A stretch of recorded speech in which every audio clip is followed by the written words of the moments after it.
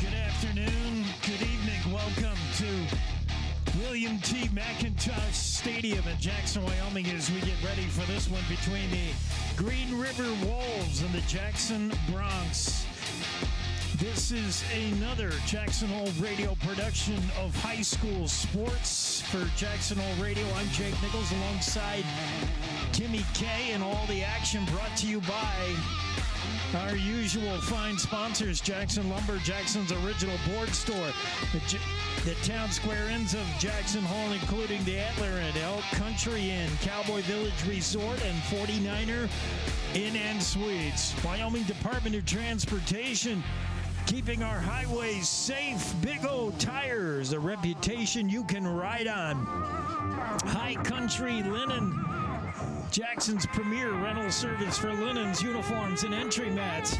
And Great Northern Coffee Company. Find out what a difference that old brew method makes with your morning cup. It's homecoming. Is it homecoming? It's homecoming. Okay. I thought so. It's homecoming. Well, it's always a big game for homecoming, and of course the weather is gorgeous. We're in Jackson now. Everything adds up to a great night of football, but what makes it even greater is the pressure on the home team. This is a must-win game. Must win. We've probably said it before, but this really is, now we're not kidding, must-win game. Got to have this one. The Green River Wolves, by the way, we got a fly in the camera. These flies are in the camera picture. It looks like he's going to go away. Oh, yeah, he is. Oh, yeah. I see him. The Green River Wolves come into this contest overall 1-5 record, 0-2 in conference. Jackson Bronx are also 0-2 in conference, 2-4 overall. But conference record is all that matters, and one win is not going to get it done. You're going to have 2 wins minimum if you have any aspirations of playing deep into October and playing in the postseason. And for Jackson, well, tonight's the night to get one. Yes. That loss last weekend against Evanston was killer as far as postseason. It means Jackson will likely have to win out against Powell next week and Star Valley to close the regular season, including this game. So it's going to be tough for a team that has not won a conference game to suddenly go out and win 3 in a row. But that's probably what the play-in is going to have to be. Anything is possible. Anything possible. We'll talk about playoff implications a little bit later. We'll talk about what went on last week with Evanston when we talked to head coach David White, and we'll talk about what the Jackson Bronx need to do tonight to get a win against these Green River Wolves on homecoming. We'll cover it all as part of the pregame show right here in the home of the Bronx, KZ95 and the Jackson Hole Radio Network. High Country Linen Service has grown with its state-of-the-art facility to be the premier rental service for linens, uniforms, and entry mats. High Country Linen also provides wholesale janitorial supplies, paper products, and earth-friendly cleaning supplies to Jackson Hole, Teton Valley, and beyond. Call 733-2638 or come see us at 355 North Glenwood. On the web at highcountrylinen.com. Back to the broadcast booth here at Willie T. Mack. And Jackson returning home after the Evanston game. A lot of things that did not go right for Jackson against the Red Devils last week. Jackson comes into this game on a 2-game losing streak now after the loss to Cody. Green River comes in losers of their last 4, riding a 4-game losing streak. Before we get into the numbers and the matchup, let's talk about last week. Jackson losers to Evanston in a game that we thought they matched up pretty closely in, but the final score wasn't close at all. 47-14. Evanston just pulled away in that game, and it didn't sit well with the boys, I'm sure. Oh, not at all. Definitely not with Coach White. He's going to make some changes to the lineup. I was surprised to hear. Here's what Coach White had to say about Evanston first off. That second quarter was like the worst. That second quarter was the first quarter we hung. In that, even that one touchdown, the big long one, really is just Harrison is out of his read game now. I think he's he's trying to be too much, trying to be a little bit too slick and deep and throwing the coverages. I'm like, what are you doing? We got to get back to basics. These last 3 games, we just been stinking, and this isn't working. And then you roll out, you throw 55 yards on your back foot. Deb doesn't catch it, but really we got 2 guys underneath on the boot. You throw it to them, they run down the field for 25 yards. It's first down. You move on down the road. So it's just dumb stuff, man. But second half, they only scored 7 points, but we gave them 14 on the punt block TV and the scoop and score for 99. It's just crazy, stupid. And like, we're just not that. And we're trying to put a finger on it. And yeah, just mistakes have been a problem all season. Just mental mistakes, actual mistakes, bad snaps, the 15-yard penalties that are mysterious that come out of nowhere. It's just Jackson's been hurting themselves. So just to mix it up for a little shakeup, Coach White's going to make a change at quarterback. And I rotated some guys around the line. Harrison's not going to start tonight. He was sick a little bit, but then I didn't like some of his effort and some of the stuff that he was doing during the week. So I'm going to let Seb go in there and do some QB run game and some other stuff and maybe throw it a few times. But I'm done throwing it however many times, 50 times a game and scoring 14 points. That don't work. We got to fix that part. But just that Seb will start. Even if Seb wasn't going to start because Harrison's been in and out a little bit this week, I think I was going to put some stuff where he's going to be back at quarterback a little bit more, some things. And just to kind of mix it up, give a different look. You know what I mean? Some of the passes that we're doing with him, he can throw the ball halfway decent. Not like Harrison, but at the same time, Harrison is underachieving right now anyway. So let's get him a little humble pie, you know what I mean? Little humility, and let's watch the game from the side for a little bit. And, I know we're a better football team with Harrison back here, but I think it's a good change up where we're at right now to let Seb go do some stuff, and he's excited about it. And we need to run the ball. And I ain't saying this all read game either. I mean, normal run game. You know what I mean? That's Coach White. He wouldn't be the first guy to bench a player for a period, a half, just to give him a little wake-up call. Yeah. It's done all the time. Coaches do that. Here's what the game looks like from the sidelines, Mr. Ward. Hopefully he gets the message. It's tough to put, and that's a lot to put on a kid. Harrison Ward has been really, really good at times. Where would we be without his arm? But, yeah, the reads, making the right read, maybe trusting that long ball to Seb if it's not there. These Green River Wolves are not going to present the matchup problems that a Cody did a couple of weeks ago. So Jackson should be able to do more things against Green River. What kind of things? Well, we'll talk about those when we come back. More on the pregame show right here on KZ95 of the Jackson Hole Radio Network. Jackson Lumber, the board store, Jackson's oldest business and only true lumber yard in town. Jackson Lumber's hardware people are the best in the business, and they do it right the first time. Jackson Lumber works with people who make a living building, so the tools they sell are definitely the best hand tools and power tools available, with names like Vest Tool, Milwaukee, Makita, Skillsaw, Senko, Fine, and DeWalt. Jackson Lumber, the board store at 130 South Grovemont. Call 733-6000, 733-6000. Let's take a look at these two teams that'll meet tonight. Green River and Jackson, both winless in conference. It's not been Green River's season under head coach Kevin Cuthbertson.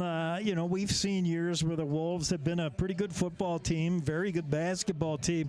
Just seems to be like one of those off years for Green River and a chance for Jackson perhaps to jump on them and get a win tonight, a very important conference win if they want to head to the postseason. Let's look at the numbers. Jackson, even after the disappointing week last week against Evanston, the offense is still dangerous. I mean, 24.5 points a game, 386 yards a game, and most of that through the air. Jackson passes for 314 yards a game, and that's Harrison Ward. That's still the number one passing attack in the conference, number 2 overall ball offense. The problem has been the defense. They've dropped to number 10 out of 12 defensively. They're giving up 359 yards a game. That's too much. And they're giving up 35 points a game. That's too many. The defense has just got to get better. For Green River, they mostly run the ball. They're in the number 9 rushing attack, 106 yards a game. They'll throw for about 64 yards a game. They don't like to throw it. They don't do it a bunch. Defensively, kind of average, although pretty good against the pass. And I don't know if that's because they haven't played teams that throw a bunch, but it is because they have a very athletic secondary. And I would watch out. Against the run, this team's not real good defensively. Green River, they're ranked number 11. That's second from the bottom. They surrendered 219 yards a game rushing. So running the ball, if Coach White wanted to do that, and if that's one of the reasons why he's going to sit his quarterback Ward for a little while anyway, running might not be a bad idea. Green River defends the pass fairly well by the numbers. They only surrendered 94 yards passing a game. And remember, Jackson gains 314 yards through the air. So something's got to give there. Those numbers drastically apart. But Green River's the number 3 defense against the pass, and most of it has to do with their secondary. They're very athletic and fast in the secondary. I don't think Seb Brunner is going to blow by too many of these guys as a wide receiver. I really don't. And if he gets if Green River provides help over the top of the safety, I wouldn't expect Seb to just be able to run right by guys, which is why I think in my keys to the game, we're going to talk about Andrew Hanna. But Seb Brunner is still the top wide receiver in the conference, 156 yards average receiving a game, 8 touchdowns. That's all of those stats are number 1 in the conference. Harrison Ward is the number 1 passer in the conference, 307 yards per game, 52.6% completion rate. The numbers that bother you are the 14 touchdowns are matched by 14 interceptions. Oh, that out. is never not good. Yeah, that's the same. Yeah, that's not going to work. We'll come back and talk about keys to the game, some things that Jackson has to do, and some things that Coach White thinks his Broncs have to do to get a win tonight. We'll do it all more on the pregame show, KZ95 and the Jackson Hole Radio Network. Experience Jackson Hole like a local while staying at the Antler Inn, Elk Country Inn, Cowboy Village Resort, or 49er Inn and Suites. With the best entertainment, dining, shopping, bars, and brews all in walking distance, you'll never want to leave. Call 1-800-4-TETONS or find them on the web at townsquareinns.com. Great Northern Coffee. Jackson's own coffee roaster has been roasting and blending a wide selection of coffee since 1979. A warm fire, friendly faces, and a cup of Great Northern Coffee. Just the thing to kick off our Broncs and Cowboy teams. Try our Broncs Blend, a heavy, rich cup of coffee that will run you over like the Broncs football team. Great Northern Coffee, available at grocery stores and coffee shops around the state. Also available online at greatnortherncoffee.com. I always have the kitchen stocked with Great Northern Coffee. It's my go-to coffee, and grab yourself a bag of the Broncs Blend and help support the team. And one of our new sponsors thanks Great Northern Coffee. So Coach White thinks, against Green River, he was talking about some of the things he thought he might want to do against this Green River team. Here's what Coach White had to say. Right. No, that's it. He said we can't go to the playoffs unless we beat these guys. We can't play Star Valley. We can't play friggin' Powell until we play these guys. Bottom line is one game at a time, man. We've got to keep playing. And my biggest thing to know is we won the games that we lost last year, and we've lost the games that we won last year. We're flipping it. And so the season's not over. I mean, we can go out there and win it. Let's say we can win 2 out of these next 3. We're right there in a possible chance to get in there. If not, if we can do 3, we're good. But no matter what, we can't do nothing unless we don't play tonight. You know what I mean? But homecoming, and Green River's not bad. I mean, I think they got some guys, but at the same time, I mean, they're a very beautiful football team. We just got to go play, man, They're not a very beautiful football team. That sounds like billboard material for Green River. But very beautiful. They're not. Okay. And neither of these teams are. You're talking about two teams that's still looking for that first conference win. Coach White talked about two things. One, focusing on today. Because it's easy to get ahead of yourself when you're talking about the playoff scenario. Right. You got Powell waiting, and then you finish the regular season in Afton against Star Valley. And if you're thinking playoffs already tonight, you might lose focus of what you're trying to do. You've got to win this game tonight. That's all that's important. So he also talked about flipping the script. Last year, this team beat Evanston. Jackson beat Evanston in double overtime. No, that's right. This year, we lose to them. Last year, Jackson was kind of shocked by Green River and got beat by Green River. I think it was 34-17 the final. So Coach would love to see everything that happened last year flip around the other way. We lost to Powell. Let's beat Powell.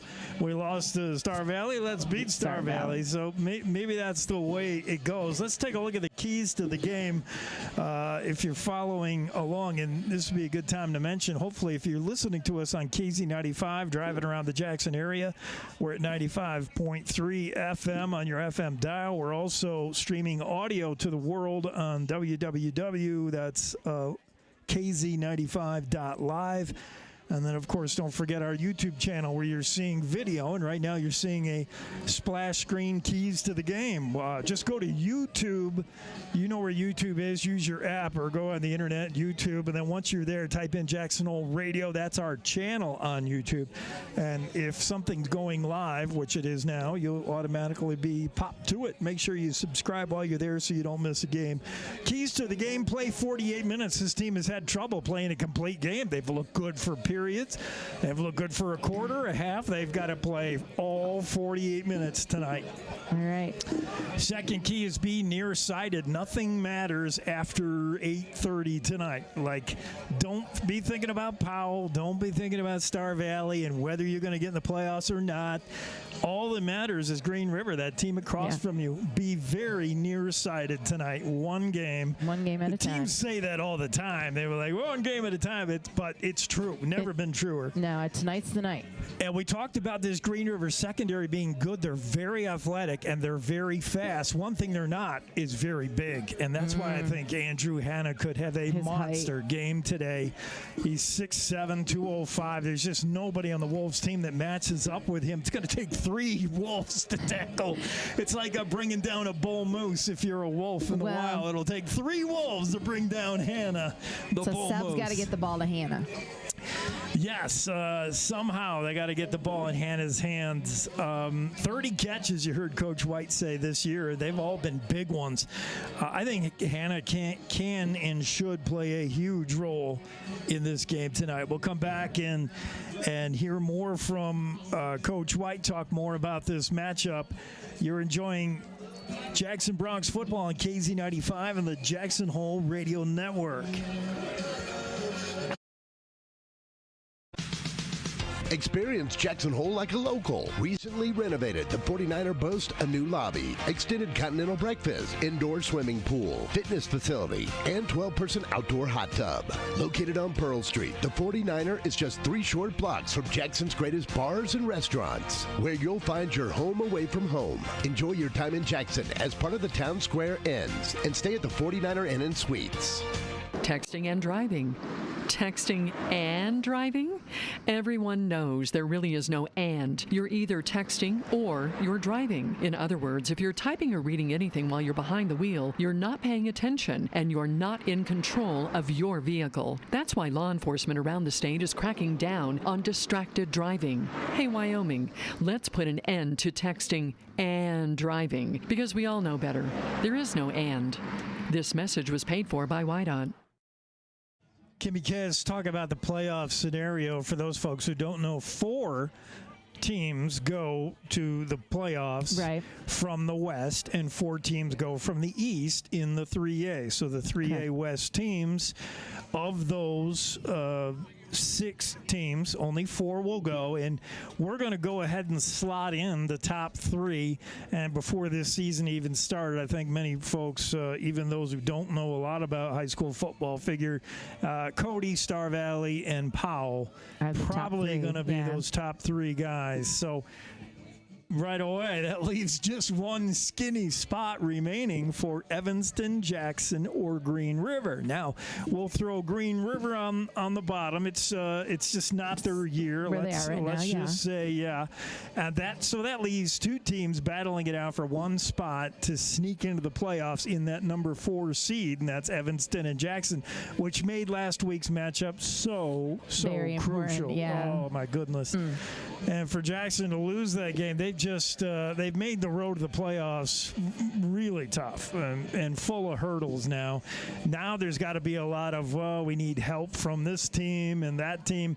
Now Jackson could almost write their ticket if they win out. If they beat Green River tonight, beat Powell tomorrow here at home, or next week, at home, and beat Star Valley, their arch rivals down in Afton, in the final regular season game, that would about 99% get them in the playoffs, because you figure Evanston's going to stumble somewhere down the road, probably when they play some of these big teams.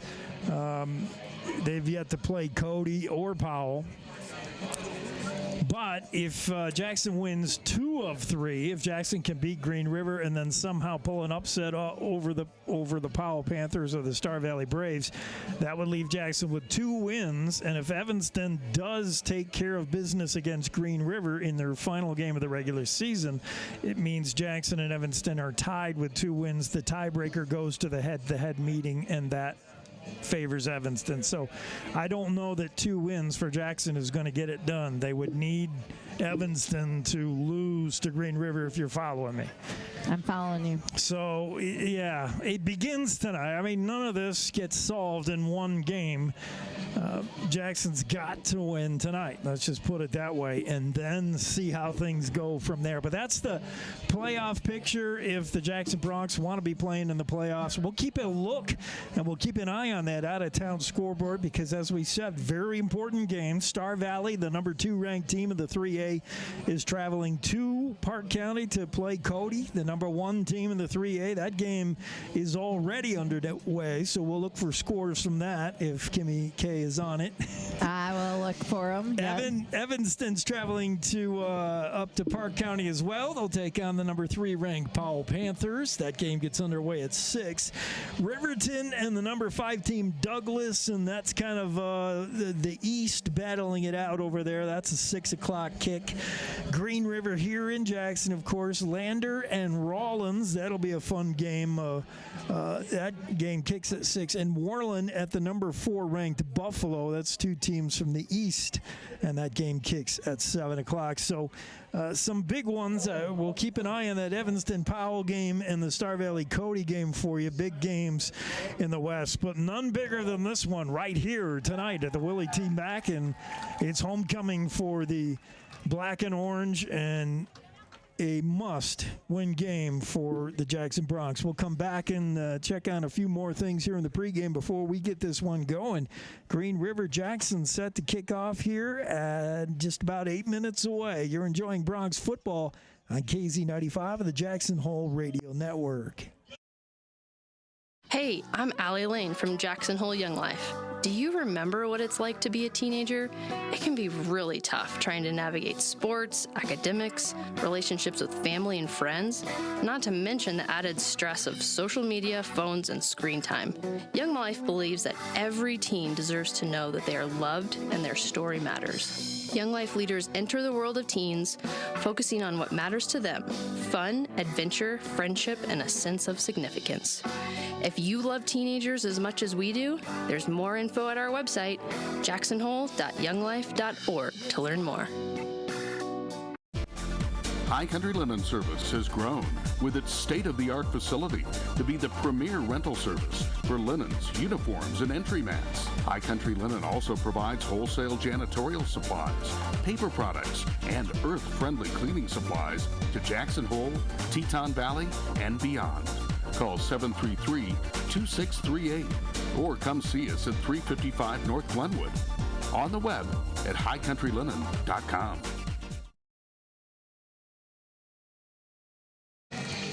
Back to the MAC here in Jackson as we get ready for this homecoming game. The Jackson Bronx have taken the field. They're in their home blacks, trimmed in orange. And the Green River Wolves in their road whites, trimmed in green. You know all this if you're watching us on our YouTube channel. I hope you are. Yeah. If not, we'll try to paint the picture for you on a beautiful, beautiful night. This has been a great Friday night every night this Yeah, I was going to say, it's been some season. good football weather this year. Yep. Gorgeous. A little cold. Well, it was rainy in Cody. Not gonna lie, Cody was a rough one. Rest of them, awesome. Darn it, Cody, you didn't hold up your end of the bargain. But yeah, every other game, certainly all the home games, when you get into October, you never know. And Jackson had a beautiful, beautiful night for homecoming and the festivities. Crowd starting to gather. We got a paraglider making their way down to land on the field and all kinds of fun stuff. So I do want you to keep an eye on that out-of-town scoreboard. I also wanted to talk about some of these Green River Wolves. Some names you're going to hear a lot. This is the team that they have a junior quarterback in Max Hintz. He doesn't throw a bunch. Actually, he's a sophomore, Max Hintz. Not a big thrower. They have 4 different running backs. You're going to hear Axel McKinnon's name a lot. He returns kicks and punts. He's got speed. Watch out for him, Axel McKinnon, the senior, and he'll do some running back stuff. He shares the running back duties, though, with Jackson Gomez, 5'9", 160-pound senior. You'll hear a lot of him. And then James Herwalt is their main ball carrier, number 26. He's a junior, 6 foot, 175. Garrett Smith will also carry the ball as well. The 6 foot, 186-pound senior is one of 4 different running backs that Green River will use, and they'll mostly run the ball. Jackson's been pretty good against the run so far this season, and Green River just really having trouble scoring. You're looking at a team that scores about 8.5 points a game. So can Green River score will be their thing, and will they be able to stop the Jackson passing attack? We'll come right back and kick this one off from the William T. McIntosh Field. After these words, you're enjoying Bronx football on KZ95 of the Jackson Hole Radio Network. Jackson Lumber, the board store, Jackson's oldest business and only true lumber yard in town. Jackson Lumber's hardware people are the best in the business, and they do it right the first time. Jackson Lumber works with people who make a living building, so the tools they sell are definitely the best hand tools and power tools available, with names like Vest Tool, Milwaukee, Makita, Skillsaw, Senco, Fine, and DeWalt. Jackson Lumber, the board store at 130 South Grovemont. Call 733-6000, 733-6000. Great Northern Coffee. Jackson's own coffee roaster has been roasting and blending a wide selection of coffee since 1979. A warm fire, friendly faces, and a cup of Great Northern Coffee. Just the thing to kick off our Bronx and Cowboy teams. Try our Bronx Blend, a heavy, rich cup of coffee that will run you over like the Bronx football team. Great Northern Coffee, available at grocery stores and coffee shops around the state. Also available online at greatnortherncoffee.com. Experience Jackson Hole like a local while staying at the Antler Inn, Elk Country Inn, Cowboy Village Resort, or 49er Inn and Suites. With the best entertainment, dining, shopping, bars, and brews all in walking distance, you'll never want to leave. Call 1-800-4-TETONS or find them on the web at townsquareinns.com.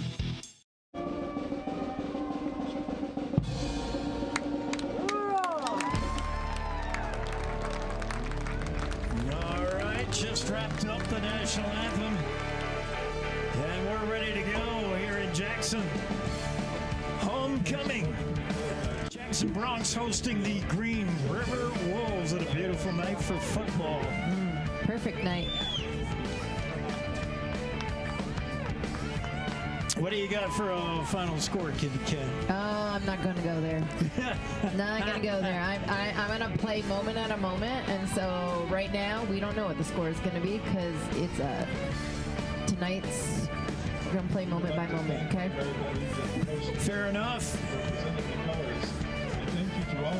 Scoreboard, don't forget, is brought to you by Big O Tires. Trust Big O with all your vehicle service needs, whether it's alignment, suspension, shocks, struts, brake service, oil changes, and of course, tires. No obligation-free vehicle inspection. Go see them today. They're in the Target Plaza. Big O Tires sponsoring this look at your scoreboard, which we hope tilts in the way of the orange the Jackson Bronx. Yeah.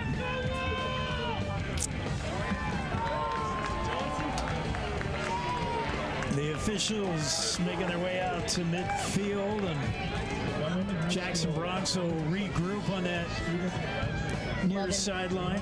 Love watching the stands fill up. People are just kind of streaming in. Yeah.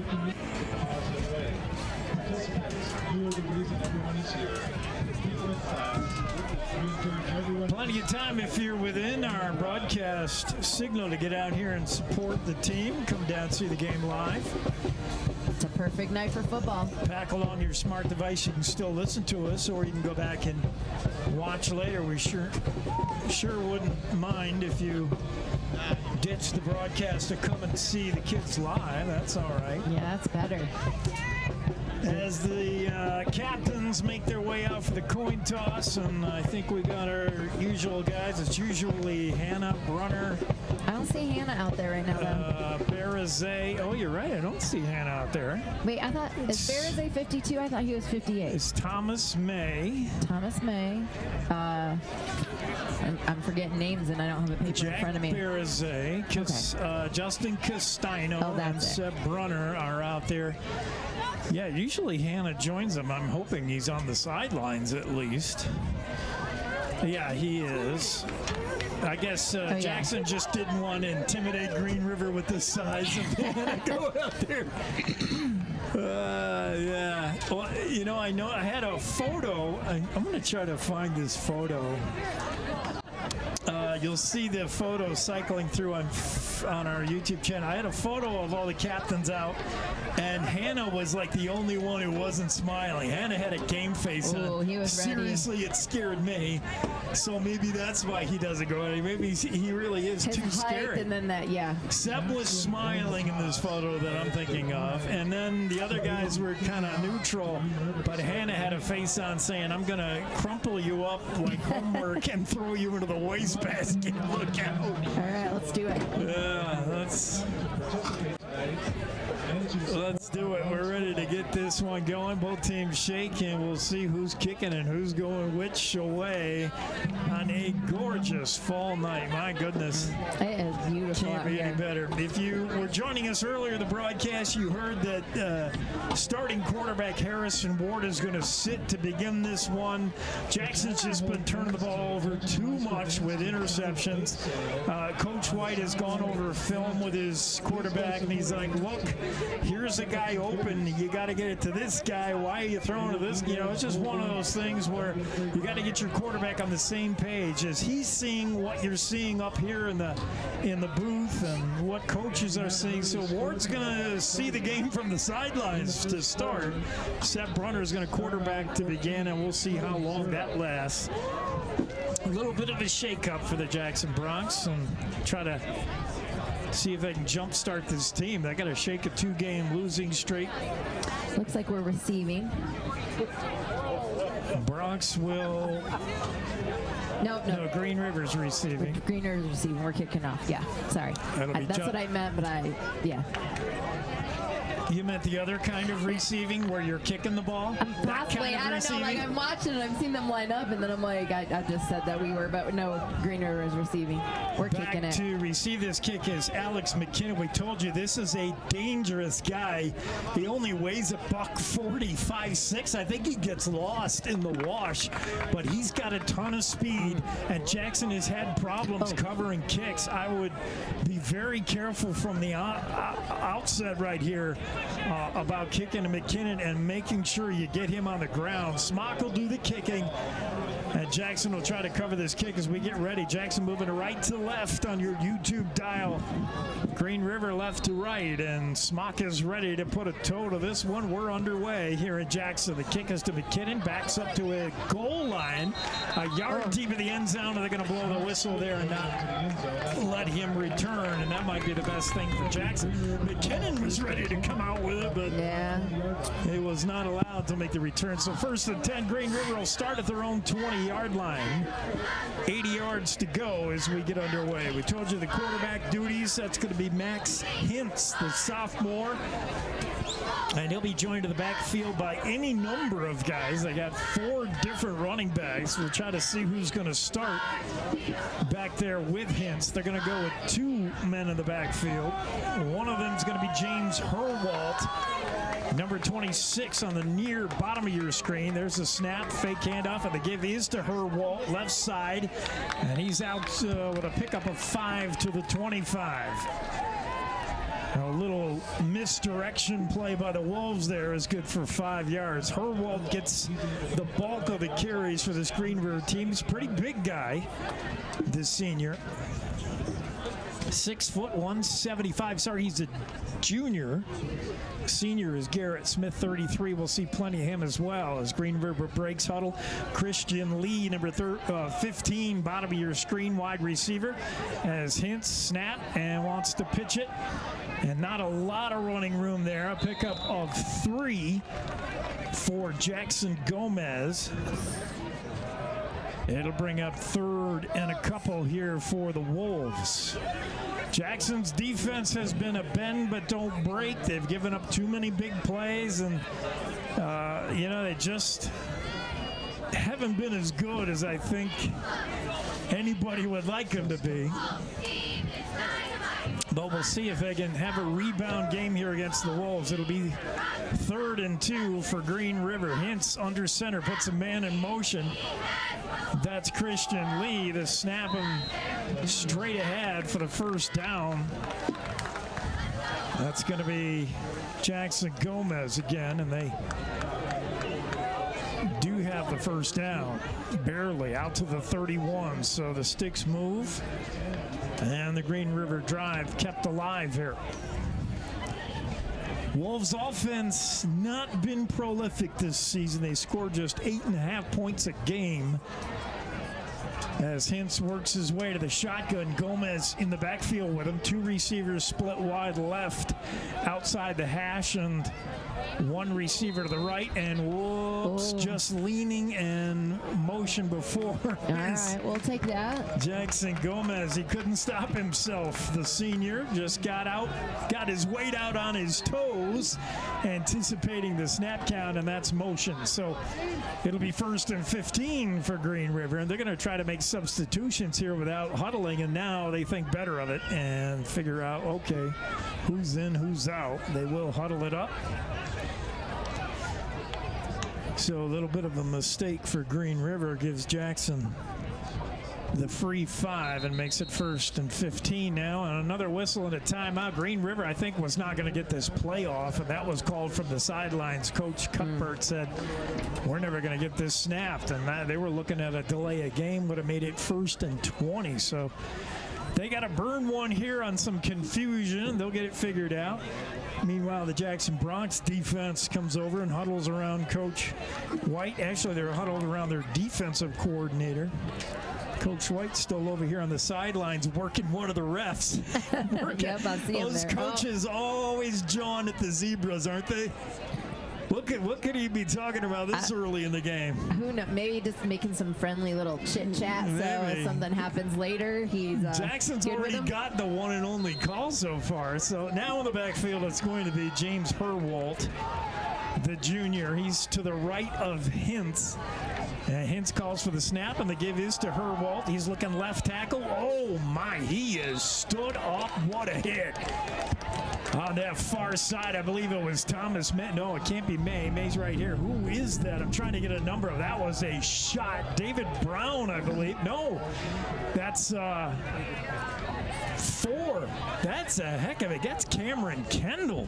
What a stick he made. He's not a big kid. Right. I went through 3 guys I thought it might be all bigger than Cameron Kendall. And I think it was Kendall who just stood up. The running back, Herwalt. So that was a gain of 1. It'll be 2nd and long here. There's a pitch and a little reverse, and that's trouble for Green River. They try a reverse. They got a little too fancy, and a fumble on the pitch as Dax Taylor is going to be taken down for a loss. That play never really got going. The timing thrown off by...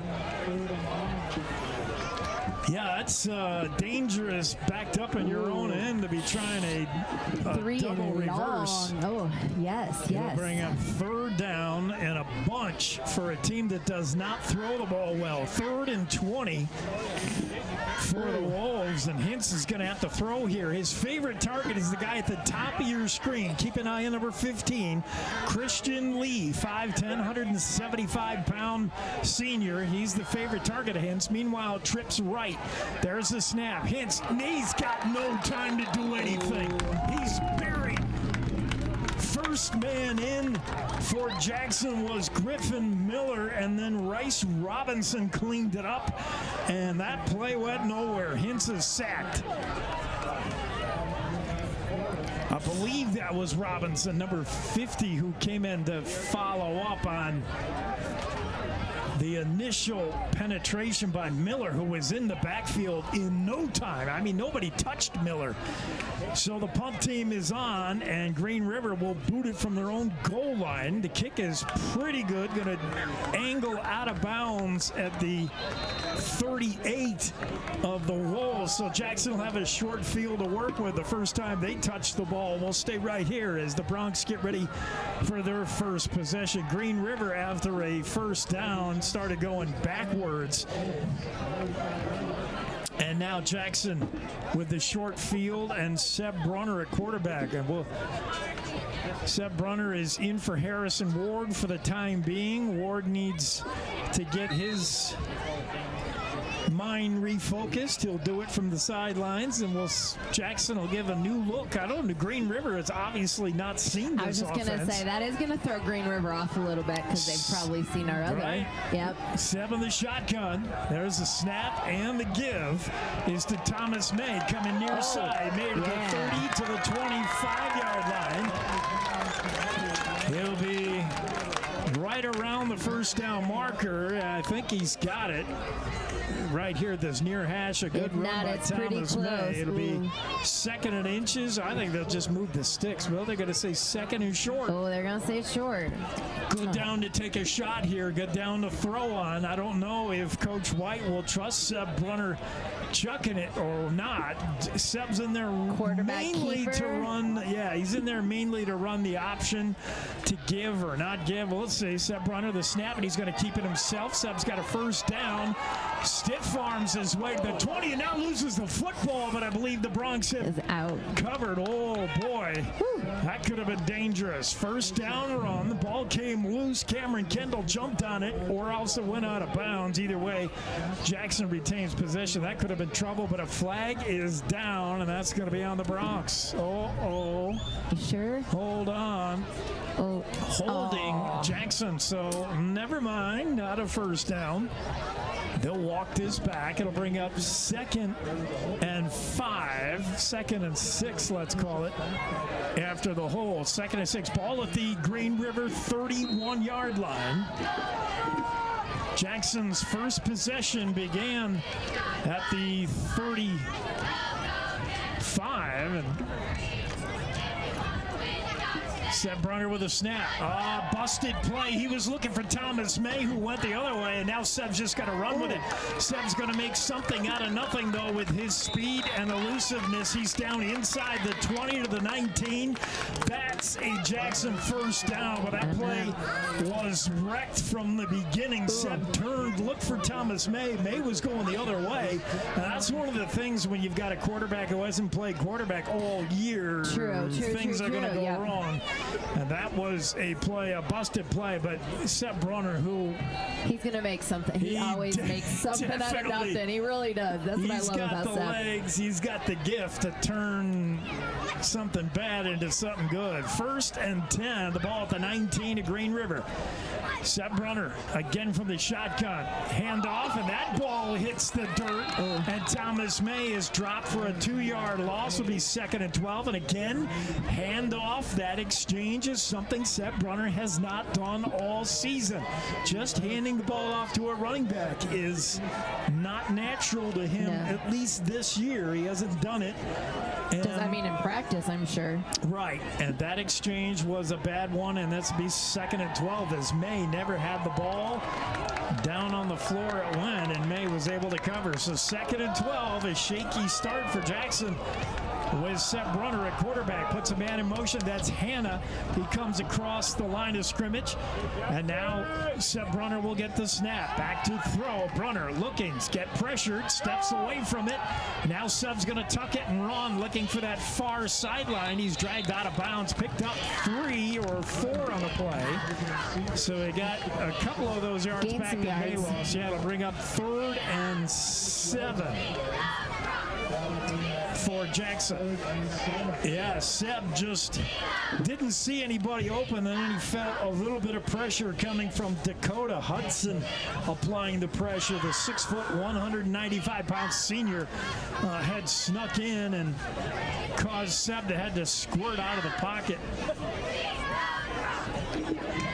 4:56 to go in the first, just underway. Green River had to punt on their first possession. Jackson faced with a 3rd and 7 now at the Wolves' 15-yard line. There's the pitch to Thomas May. May looking near side, cannot get away from the good tackle.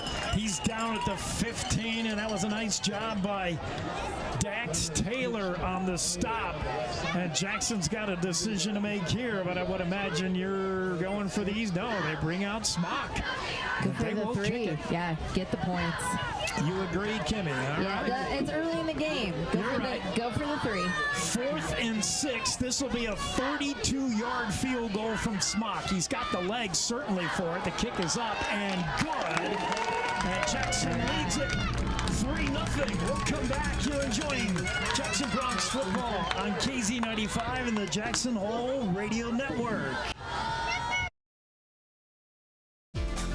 High Country Linen Service has grown with its state-of-the-art facility to be the premier rental service for linens, uniforms, and entry mats. High Country Linen also provides wholesale janitorial supplies, paper products, and earth-friendly cleaning supplies to Jackson Hole, Teton Valley, and beyond. Call 733-2638 or come see us at 355 North Glenwood. On the web at highcountrylinen.com. You're watching and listening to live coverage of Jackson Hole High School sports on KZ95.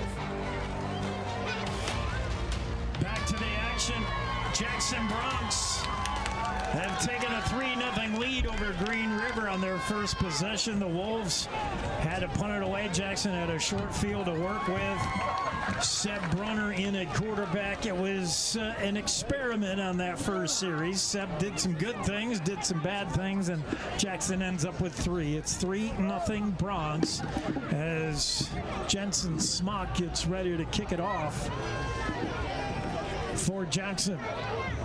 4:19 to go in the first.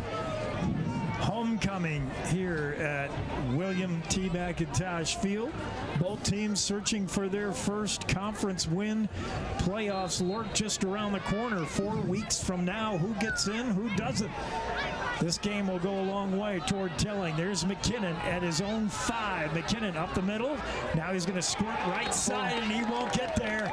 He's brought down at the 17-yard line. Big-time tackle there by the Jackson Bronx, not allowing Alex McKinnon to get loose. A tackle made by Alex Brown. So Alex brings down Alex, and the Wolves start at their own 18-yard line, 1st and 10. And a good job by that Bronx kick team. They've had some problems this season. Black hole is in effect. Look like camouflage is the way to go tonight. Camouflage is. I heard that last night, so I knew I was going to see lots of camo tonight. All right, we're doing all camo tonight. Hintz brings him up. He'll come up behind center. 1st and 10. In the backfield, he's got... Who is that? That's going to be number 10. It bounces, breaks a few tackles. Not a lot of room on that left side. Jackson Gomez picks up maybe one. It'll be 2nd and 10. What do you see? Oh, I just saw a score. 2nd quarter, Star Valley 28, Cody 7. Wow. That's what I just said. Sorry. That is in Cody also. Wow. Woo. Go Star Valley. First time I might cheer for them. Obviously, Star Valley beat Cody in the state title game last year, so they know how to beat the Cody Bronx. And wow, that's a bit of a surprise. Hintz puts a man in motion. There's the snap. Hintz going to keep it himself here, trying to find room over the right side, and not a lot there. He's down at the 20. Seth Brunner submarined his way, almost cut Hintz in half, and then David Brown rode him to the ground. So a pickup of maybe one. It'll bring up 3rd and 8 for the Wolves, and the Jackson defense so far doing a good job. They surrendered 1 first down. Other than that, they've been stiff against the run, just allowing nothing. Green River has not attempted a pass. No, they have not. I mean, they dropped back to pass, but they have not. Hintz has not thrown one. He's going to work here from the gun. He's got Jackson Gomez in the backfield with him. Snap, fake pitch to Gomez. Hintz going to keep it himself. Left side, he's got room. Andrew Hanna can't catch him, and Hintz is down to the 35, maybe more. That's a 1st down run for Max Hintz. There was nobody on that left side. It would be Jackson's right side defensively, and Hintz had plenty of room to run. Hanna, with not the greatest speed in the world, could not catch Hintz, and he's out of bounds at the 34. And a penalty. That's going to be face mask at the end of it. Oh, Jackson, come on. That's going to add on to it. It's going to be the 5-yard variety, not the big one. No, it'll be the 15-yard version. That'll bring the ball all the way down to the Jackson territory, to the 48-yard line of the Bronx. Costly penalty. Green River sets them up. Christian Lee split down here, bottom of your screen. 2 runners in the backfield along with Hintz in the shotgun. And Hintz gives the ball to Herwald. Nothing there. Loss of a couple. As the Jackson Bronx not fooled by that one. Thomas May in on the stop along with Justin Kistino, the Bronx leading tackler. And nothing doing for Herwald. He's going to check out now. Green River trying that fake handoff to Jackson Gomez and then gave it to Herwald, but the Bronx were just sitting at home ready for that one. They're going to say a loss of 1, 2nd and 11 for the Wolves. Up under center is Hintz. He's got I formation behind him. 2 running backs, now a man in motion. Now a triple I, and they give to the 3rd man through is Jackson Gomez. He's got 3 down to the Jackson 45, but he's still well short of a 1st down. It'll bring up 3rd and 7 for the Wolves. They've had quite a few 3rd and longs, and it's not good for a team that doesn't throw it well. We'll see if Green River finally tries to throw one here. Jackson in that cover 1. Seth Brunner, the only deep man, as the safety. Otherwise, the Bronx looking to pack the box. Now Brunner's going to come over and help as they got trips right. A lot of receivers to the right side. Hintz is going to set up that wide receiver screen, and that's not going to work. Although, wait a minute, Alex McKinnon, we told you he's got speed. He's going to take it all the way to the other side of the field, and he's he's got a first down. Unbelievable. McKinnon did that all by himself. All by himself. That was a wide receiver screen set up down to the on the bottom of your screen. McKinnon saw what we saw, and that was 3 Broncs ready to tackle. There was no blocking whatsoever for him, and he said, well, the heck with this. I'm going to change fields. He went all the way to the other end. He must have ran 50 yards to make 8 yards. But he did it. First down for Green River at the Jackson 33-yard line. Hintz in the shotgun. Gets the snap. Hintz pitches. Jackson Gomez. Gomez wants to throw it. He does. He's got a man, and it's incomplete. Oh, my, that was close. Cameron Kendall and Seth Brunner were in on the coverage, and Adrian Ruiz almost pulled that in.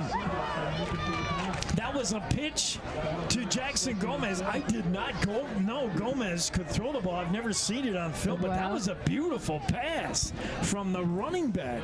Really good pass. And it almost worked. Give Jackson Bronx credit. They were not fooled. Cameron Kendall was still with his man. Seth Brunner from his safety spot was helping. And they broke up that pass to Ruiz that was right on the money.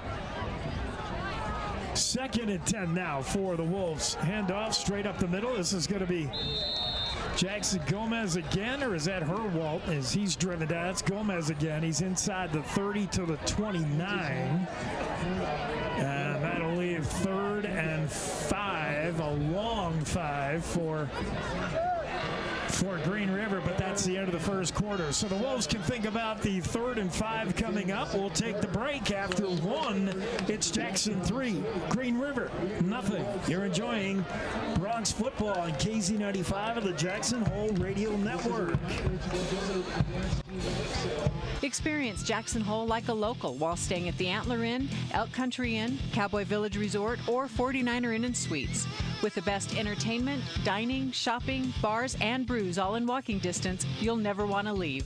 Call 1-800-4-TETONS or find them on the web at townsquareinns.com. Let's get back to the live action on KZ95. Here's Jake Nichols.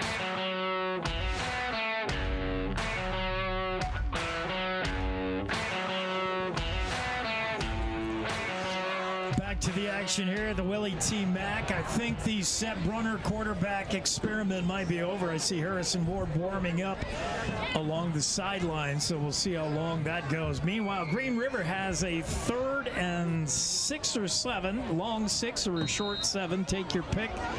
As we switch sides, Green River now moving right to left on your YouTube dial as we begin the second quarter.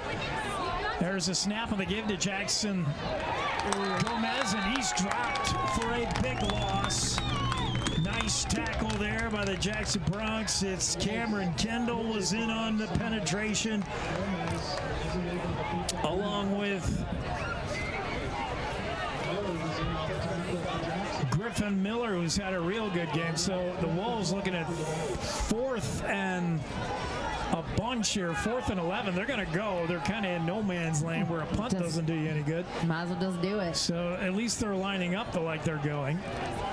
Jackson Gomez in the backfield alongside Hintz, the quarterback in the gun. Hintz, he wants to throw, rolls right, trying to buy himself time. Now he's just going to run it himself, and he's got a first down.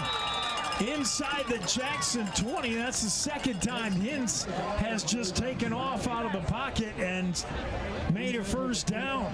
He's got a little bit of speed, but wait a minute. This one coming back. The Wolves get whistled for holding, I believe. Oh, all right.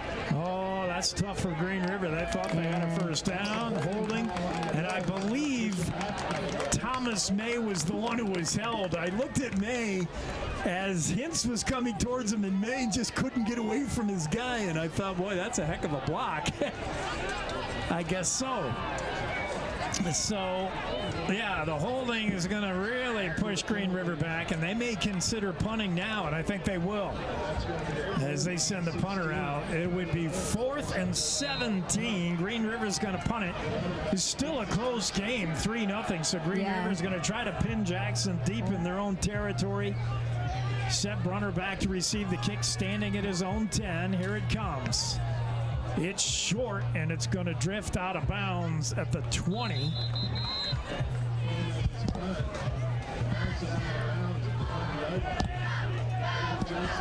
Where is that noise coming from? I think it's the band. Oh, jeez. That's annoying. Jackson will take over. So the punt didn't go the way Green River thought. That was a very short punt. Ball at the 20-yard line. I don't know. Yeah, I think it was the PA. I do too, now that I think about it, yeah. First and 10 from their 20 come the Bronx. And who is it out there at quarterback? I can't see. Looks to be Ward now. He'll throw it out to Seth Brunner on that wide receiver screen. Brunner has got 12 and a Jackson first down. So Harrison Ward just sat out that first series. He's back in, and his first pass attempt is a completion to Seth Brunner. Jackson's going to go in a hurry here. No huddle as they have the ball at their own 33-yard line and trying to get something going here with Ward. In the backfield is Thomas May, and now a timeout. Not a timeout, but something. Everybody's looking over at the Jackson sidelines. And I don't know what that noise is. I apologize. That's not us.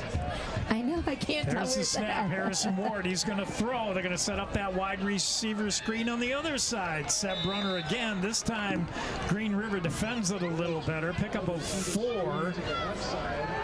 Maybe 5, but that's the same play. Quick wide receiver screen to Brunner, trying to take advantage of his speed on the outside.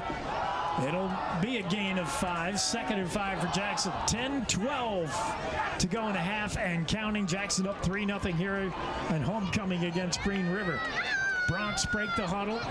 It'll be Harrison Ward in the shotgun with Thomas May behind him. 3 receivers right, 1 to the left.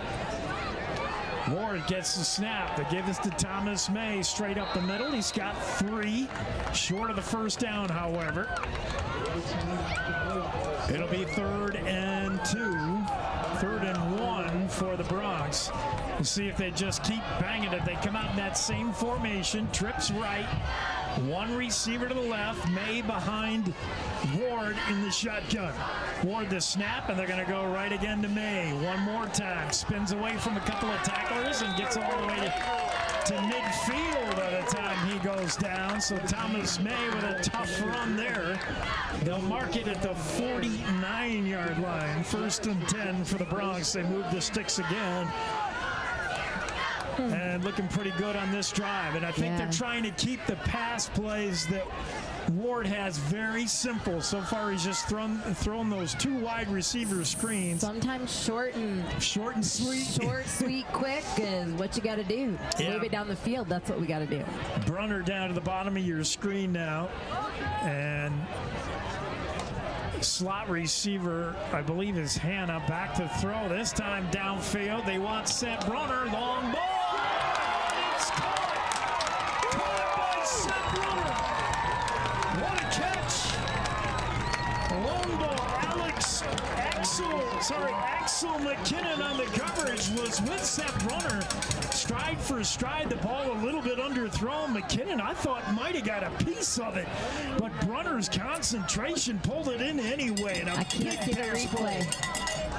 1st and 10, Jackson at the 18. The handoff to Thomas May, right side. He drags a host of tacklers down to about the 12-yard line. A pickup of 5. 2nd and 5 for Jackson. Well, they mark it at the 14. Jackson has to get to the 8. So 2nd at about 6 for the Bronx. 8 minutes and counting in the half. Jackson on the move here. Big pass play to Seth Brunner.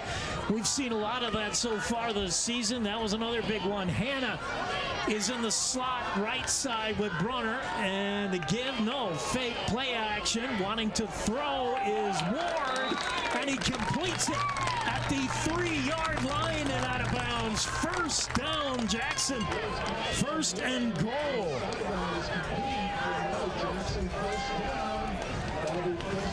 Now that pass pass play is good to, I believe, Griffin Miller on that far side. There's a give to May. No, keeping it is Ward, and he gets bottled up. Fake handoff to May up the middle. Ward tried to keep it himself, and Green River was all over that. He lost a yard. 2nd and goal from the 4 now for the Jackson Broncs. Broncs have not had a lot of success on that option keep with Harrison Ward running. Ward is not the runner Sadler Smith used to be. He's not as effective as running that play as Seb Brunner would be from quarterback. It just hasn't been there for Jackson really all year. Castino in the backfield to provide some blocking now along with May.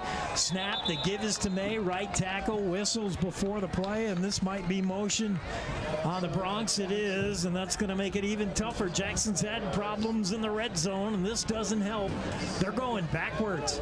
1st and goal from the 3, now becomes 2nd and goal from the 8-yard line. Jackson trying to push it in the end zone for the first time tonight. They have the field goal and lead it 3-0. They would love to find Pater. It's Brunner and Hannah split wide right. Sorry, I had my hand.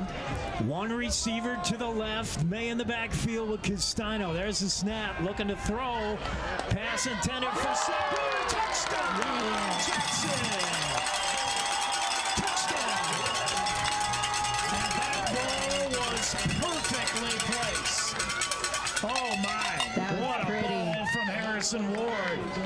He threw it just over Axel McKinnon, the corner, who was pretty well covering Seth Brunner. I mean, he had a pretty close eye on him, and that pass had to be perfect, and it was. Snap good, hold good, and the kick is blocked, and Smock is down. Oh, no. Oh. And this should be a running into the kicker penalty is that point after. Although if you block it, I guess it's not. So Smock down, and that's worrisome. I don't like that he's down right now. So we'll take the break here as Jensen Smock slow to get up. The kicker was run into the point after, no good. Now we'll come back and sort that out for you. You're enjoying Bronx football on KZ95 of the Jackson Hole Radio Network. Texting and driving. Texting and driving? Everyone knows there really is no and. You're either texting or you're driving. In other words, if you're typing or reading anything while you're behind the wheel, you're not paying attention and you're not in control of your vehicle. That's why law enforcement around the state is cracking down on distracted driving. Hey, Wyoming, let's put an end to texting and driving because we all know better. There is no and. This message was paid for by WYDOT. This is KZ95 with live coverage of the Jackson Broncs. Oh, no. I don't like that look. So Jackson Broncs do get the touchdown pass, Ward to Brunner. Meanwhile, the PAT, no good. It's blocked. And Jensen Smock is the concern now because he's coming off very gingerly as he was run into after the block. Now, just to make it clear, you can make contact with a kicker if you've blocked the football. So that's why there's no flag. Gotcha, yeah. And Smock, this is the nightmare, I think, that the former kicker, their family was worried about. Who? The soccer player, I'm forgetting his name now. Brooklyn Hills. Braden Hills. Braden Hills, that's it. Was the kicker last year and the year before. He was looking like he'd be the kicker this year, but decided he wanted to really concentrate on soccer, and so his fellow soccer mate Jensen Smock stepped in to do the kicking duties, and this is, I think, what Braden Hills was fearing is he'd get hurt playing football, and we hope Smock is going to be able to shake this off. They're looking at his kicking leg, the right leg, down there around the shin level, so we'll see how he does. Meanwhile, we got a different kicker. That's going to be Thomas May, who puts a toe to this. Axel McKinnon is not going to get a chance. That's going to go out of bounds, so that's technically a penalty, and it'll give Green River good field position here. Jackson leads now 9-0 after the missed PAT. But meanwhile, that pass, Kimmy, Harrison Ward, who had to sit out to start this game, just sort of a message from the coach. Ward threw an absolute perfect pass to Brunner. Yeah. I mean, that was only where Seb could catch it, just over the head of Axel McKinnon in coverage, and Brunner pulled it down. That was the second catch Seb made. Actually, the fourth catch. Seb caught all 4 balls on that drive, or 4 of the 5. I guess they had one to another receiver, but Ward looked very, very good. 5 for 5 on that drive. Here's a pass, meanwhile, from Green River, and it works for about 4 yards. Driven out of bounds is Hintz's favorite target. That's Christian Lee, the 5'10", 175-pound senior. Makes the catch and is knocked out of bounds. Short gain. Now they're going to say just 3 yards. So 2nd and 7 for the Wolves at their own 38-yard line after the kick went out of bounds from Thomas May.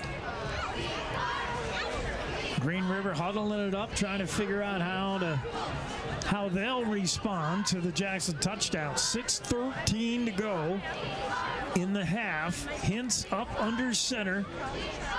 Got Herwalt in the backfield. It'll be Herwalt on the carry, looking near side. There's nothing there. He is wrapped up by Justin Castino.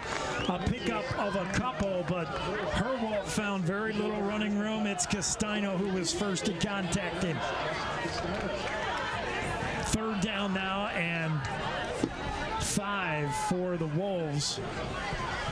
Ball at their own 40-yard line. The Jackson defense has looked much better tonight so far than they have all season. Of course, Green River has a little bit to do with that. It's not a dynamic offense by any means, as Hintz brings up his troops. Trips right.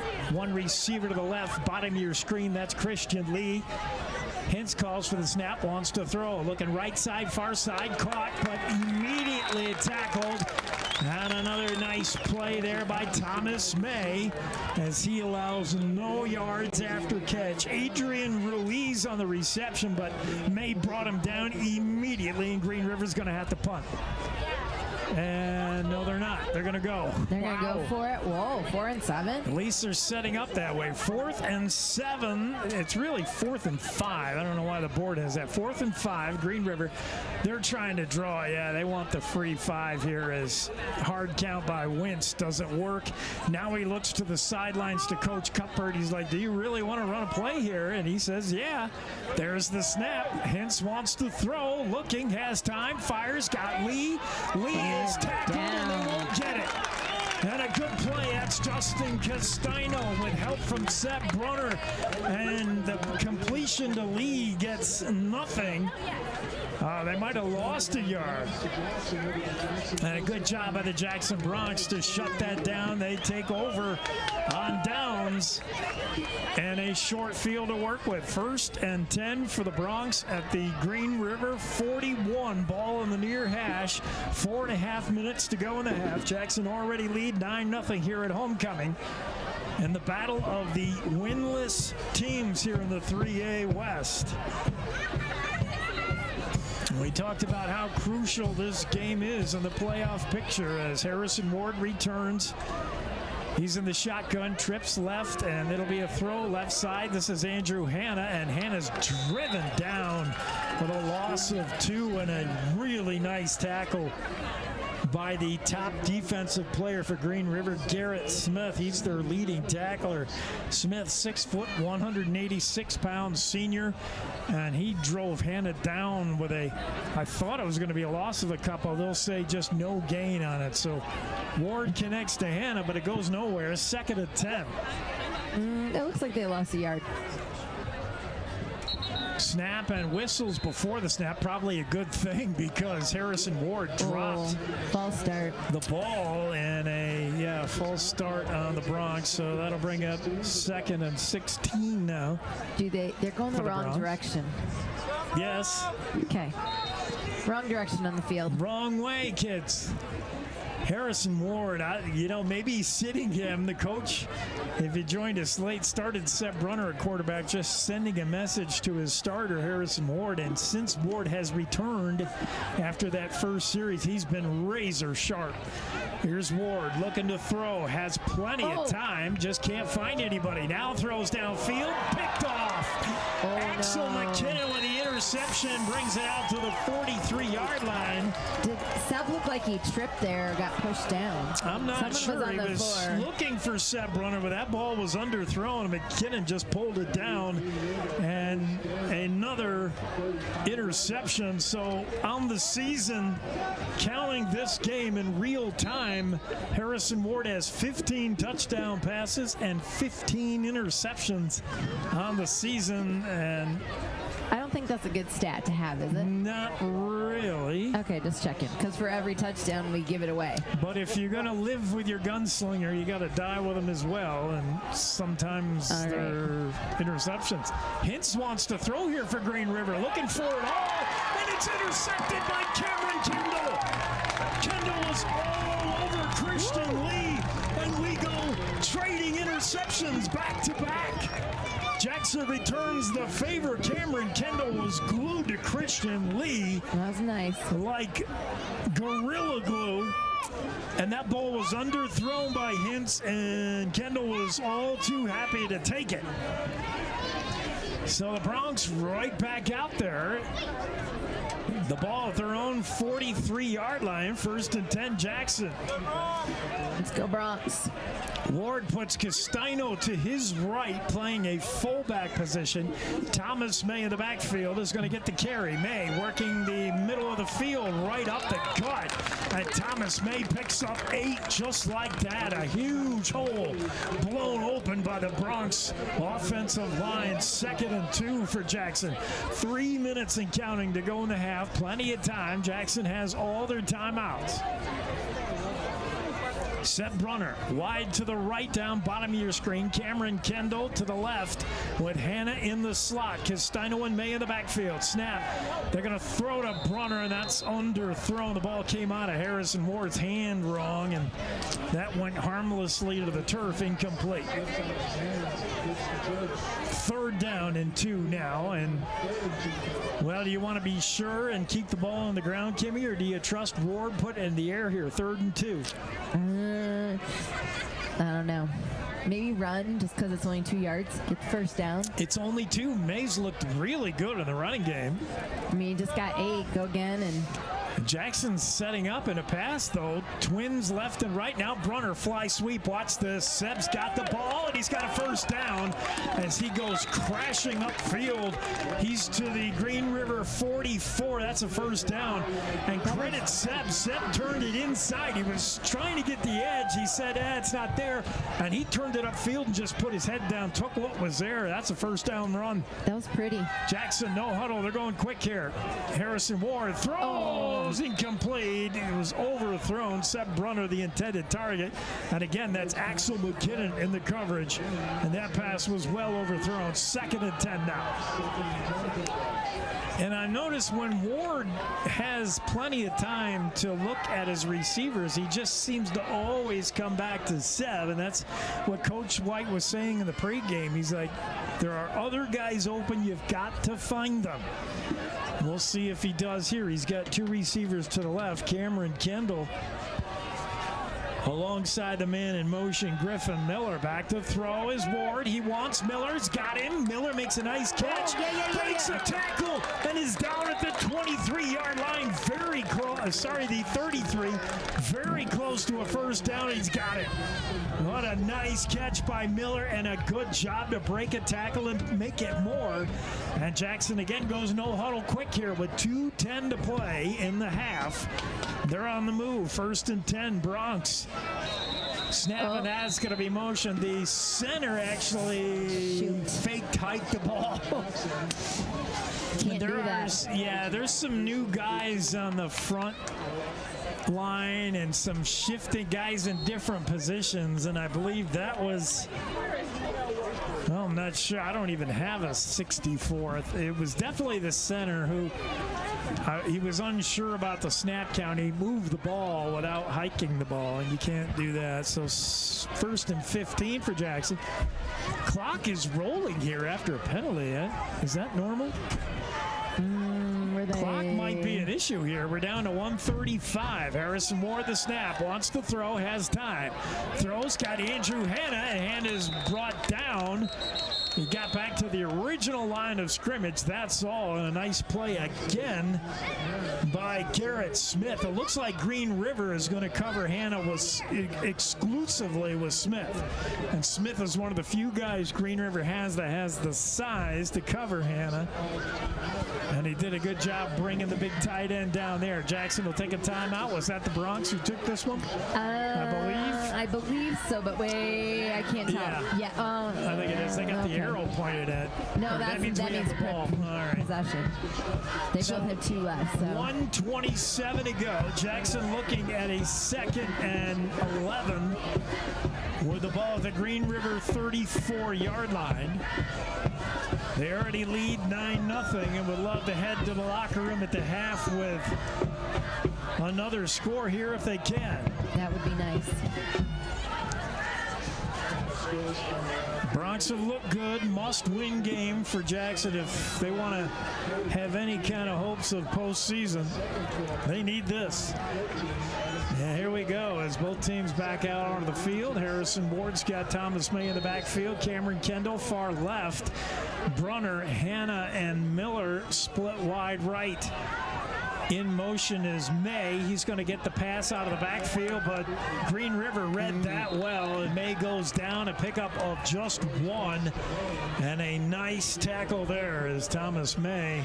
Declan Henderson made the stop, the sophomore, and held May to just about a yard. That's all. It'll be 3rd and 10 for the Bronx. They got come up with a big play here. Seth Brunner and Andrew Hanna down bottom of your screen. 2 receivers also split up at the top of your screen, throwing down here for Jackson. Back to throw, plenty of time. They want it all over the middle. Seth Brunner, and it's just overthrown. Brunner had a step on McKinnon, but just overthrown by Ward. And now what do you do if you're Coach White? I think Jackson's going to go. They've got a kicker who's hurt. Smock has the leg, although this would be a big one. Yeah, this would be more like a 55-yarder, and Smock is hurt, so they're going to go 4th and 10, 43 seconds on the clock. Jackson has 2 timeouts. Harrison Ward gets the play from the sidelines. He sends Miller and Kendall to the left side. To the right is Brunner and Hanna. Back to throw.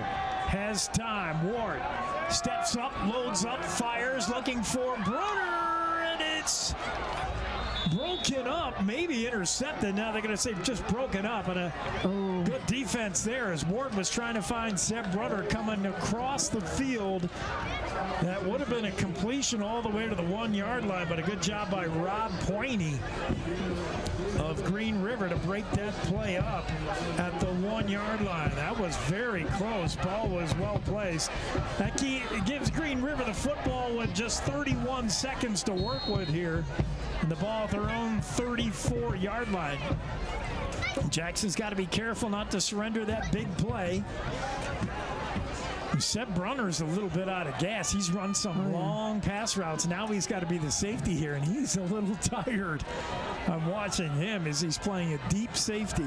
Here's Hintz for Green River in the shotgun, or sorry, up under center. They're going to just run it up the middle. Nothing there. A gain of a yard.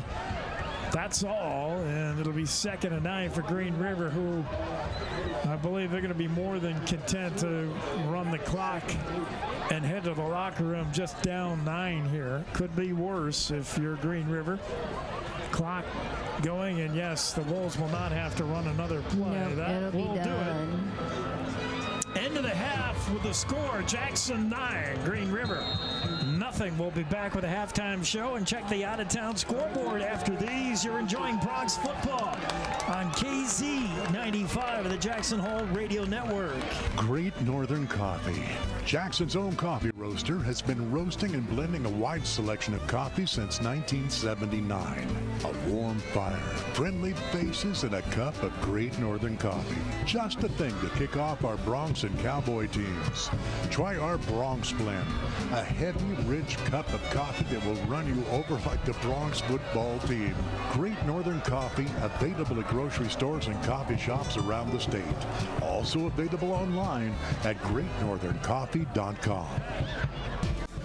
High Country Linen Service has grown with its state-of-the-art facility to be the premier rental service for linens, uniforms, and entry mats. High Country Linen also provides wholesale janitorial supplies, paper products, and earth-friendly cleaning supplies to Jackson Hole, Teton Valley, and beyond.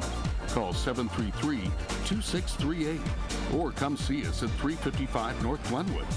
On the web at highcountrylinen.com.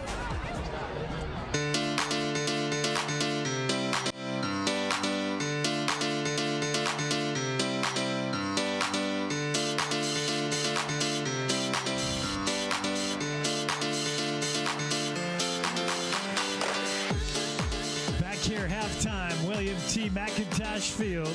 The score, Jackson 9, Green River nothing. So far, things going well for the Bronx. The defense has looked good.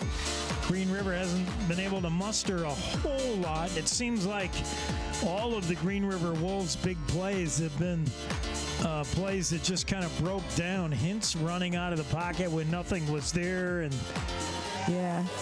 Axel McKinnon making something out of what would have been a loss on that wide receiver screen play. So Green River hasn't really schemed up a lot of offense. They're kind of playing sandlot ball every once in a while and getting some yards, but they haven't had a consistent push, really. And Jackson offensively, I think Green River's got to be lucky. It's only 9 because the Bronx have been able to hit on a few things. After starting Seb Brunner at quarterback to send a message to Harrison Ward, Ward has come out and looked pretty sharp. He threw the one interception, and again, it was same old, same old. He had plenty of time to look at the field, and at that point, if you don't like what you see, and you've got time to make all your progressions if you're Harrison Ward. You first look at Seb, because I'm sure Ward does. His second look is at Hannah. If neither of those two guys are open and the line is protecting, and they were, then you check out Cameron, Kendall, maybe Miller. Are they open? And I think Ward had time to look at all of those things and then had time to say, you know what, I'm just going to come back to Seb. I can't find anything, so Seb's my default, where most quarterbacks, your default is throw it away at that point. If your first 3-4 guys aren't open, throw it away or tuck it and run. But he tried to force one to Seb and another interception. But he did throw a beautiful touchdown pass. Oh, that was nice. To Seb, and they got set up down there with another long ball to Seb as well. So Ward has done a lot of things right. So is the Jackson offense. Jackson defense looked really good. And it's 9-0 at the half. Homecoming here in Jackson, Wyoming on a beautiful autumn night. We'll take a look at the out-of-town scoreboard when we come back right after these words. You're enjoying Bronx football on KZ95 and the Jackson Hole Radio Network. Experience Jackson Hole like a local. Recently renovated, the 49er boasts a new lobby, extended continental breakfast, indoor swimming pool, fitness facility, and 12-person outdoor hot tub. Located on Pearl Street, the 49er is just 3 short blocks from Jackson's greatest bars and restaurants, where you'll find your home away from home. Enjoy your time in Jackson as part of the Town Square Inns, and stay at the 49er Inn and Suites. In case you haven't heard, Healing Waters is offering a machine that can penetrate deep into your muscle fiber to increase your strength by 25%. We can treat glutes, abdominals, arms, calves, and thighs. What is this incredible machine? It's called M-Sculpt Neo. How does it work? M-Sculpt Neo uses electromagnetic force to contract your muscles 20,000 times in half an hour. M-Sculpt Neo also uses a high heat for fat breakdown and tightening skin. Best part, no downtime. After 30 minutes, you can return to your day. Come see how this revolutionary machine can help you get strong. Learn more at Float WYO or call 307-922-4212.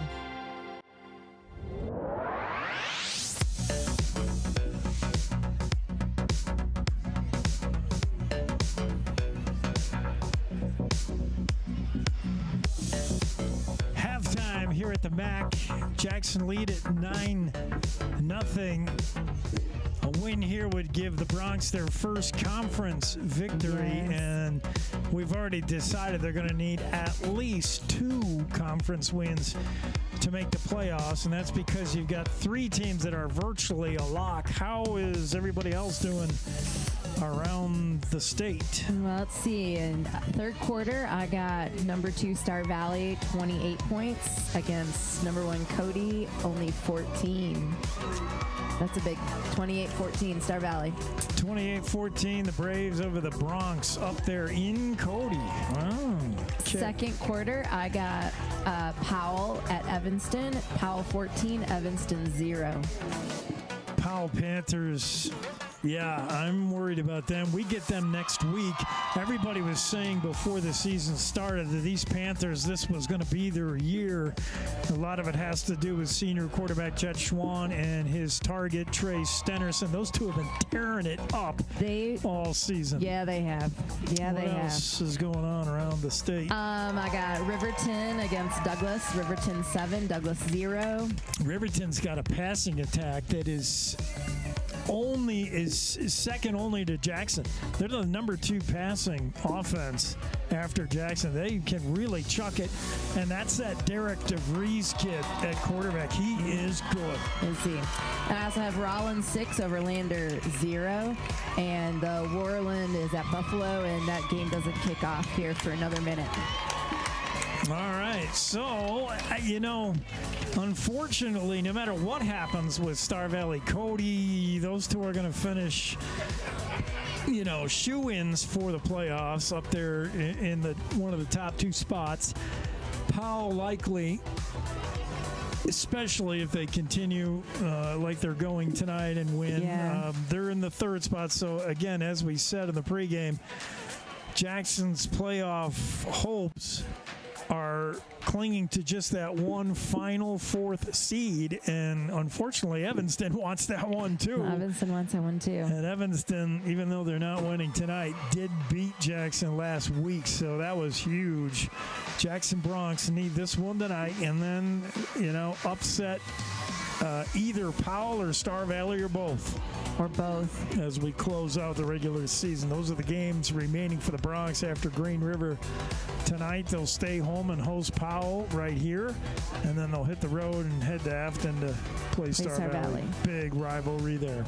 Isn't everybody's last game a big rivalry? Evanston plays Green River. We play Star Valley, and Cody and Powell play. That's fine. You're right. It's rivalry So week. That'll be a nice you should be watching that Friday. Last game, but all rivals and good can happen when they're rivals.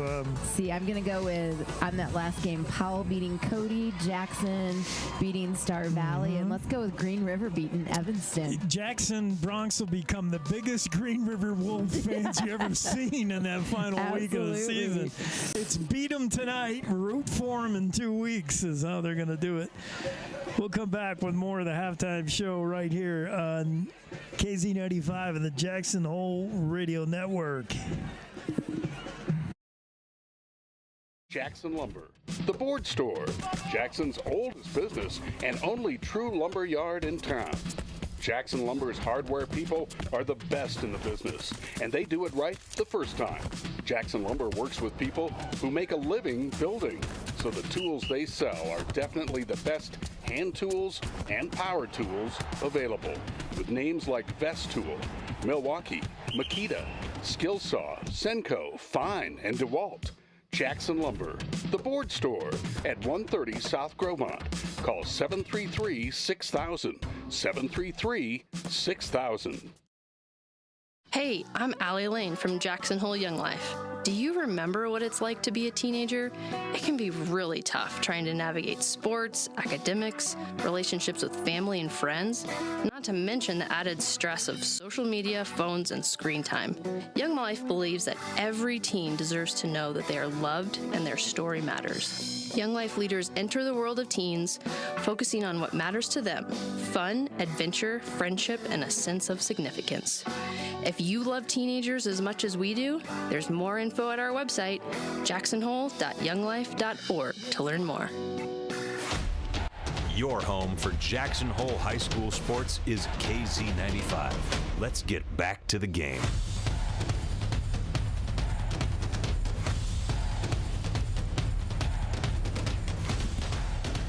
Now the big old scoreboard showing 9-0 Jackson at the half.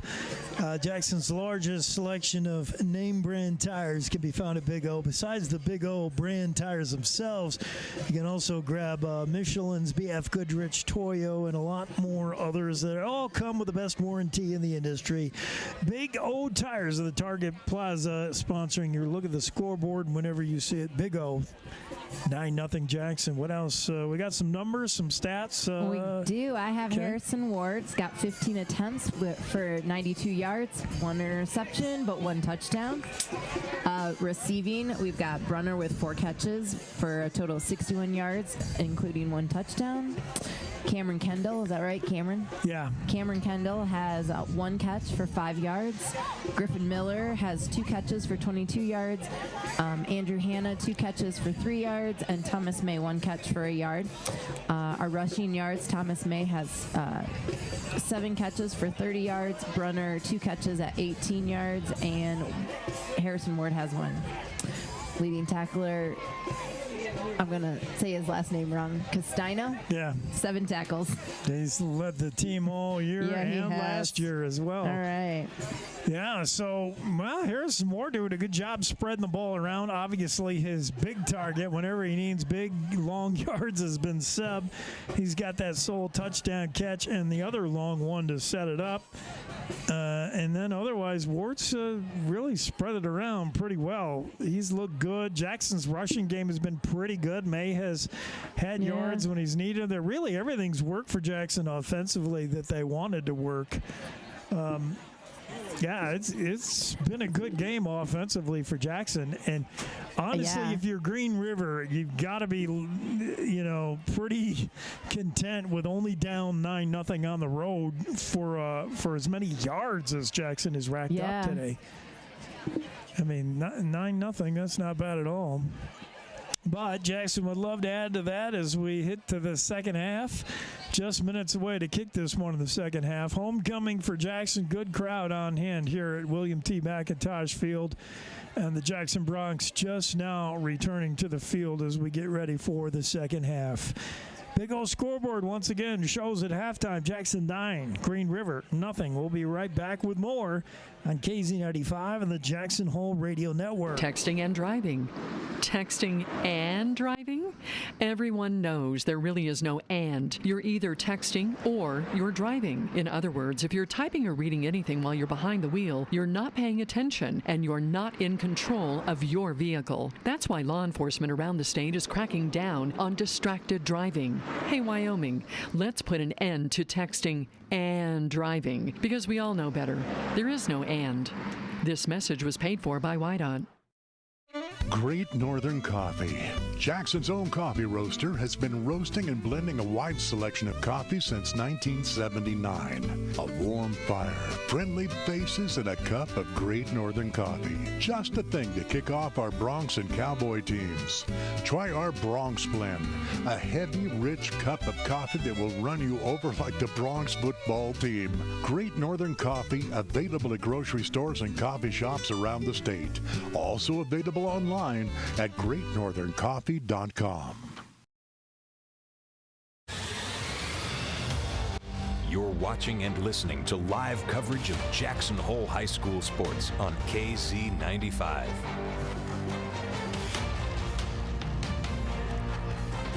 Back here to the broadcast booth. We'll call it the Danny Mayer broadcast booth. We're all missing Danny. He did it for a long time here in Jackson. paved the way for clowns like me to come on and do it. And we have the keys to the game up on your screen again if you're following along on YouTube. I hope you are. 95.3 FM, that's KZ95. If you're driving around and can't be looking at a screen, that's understood.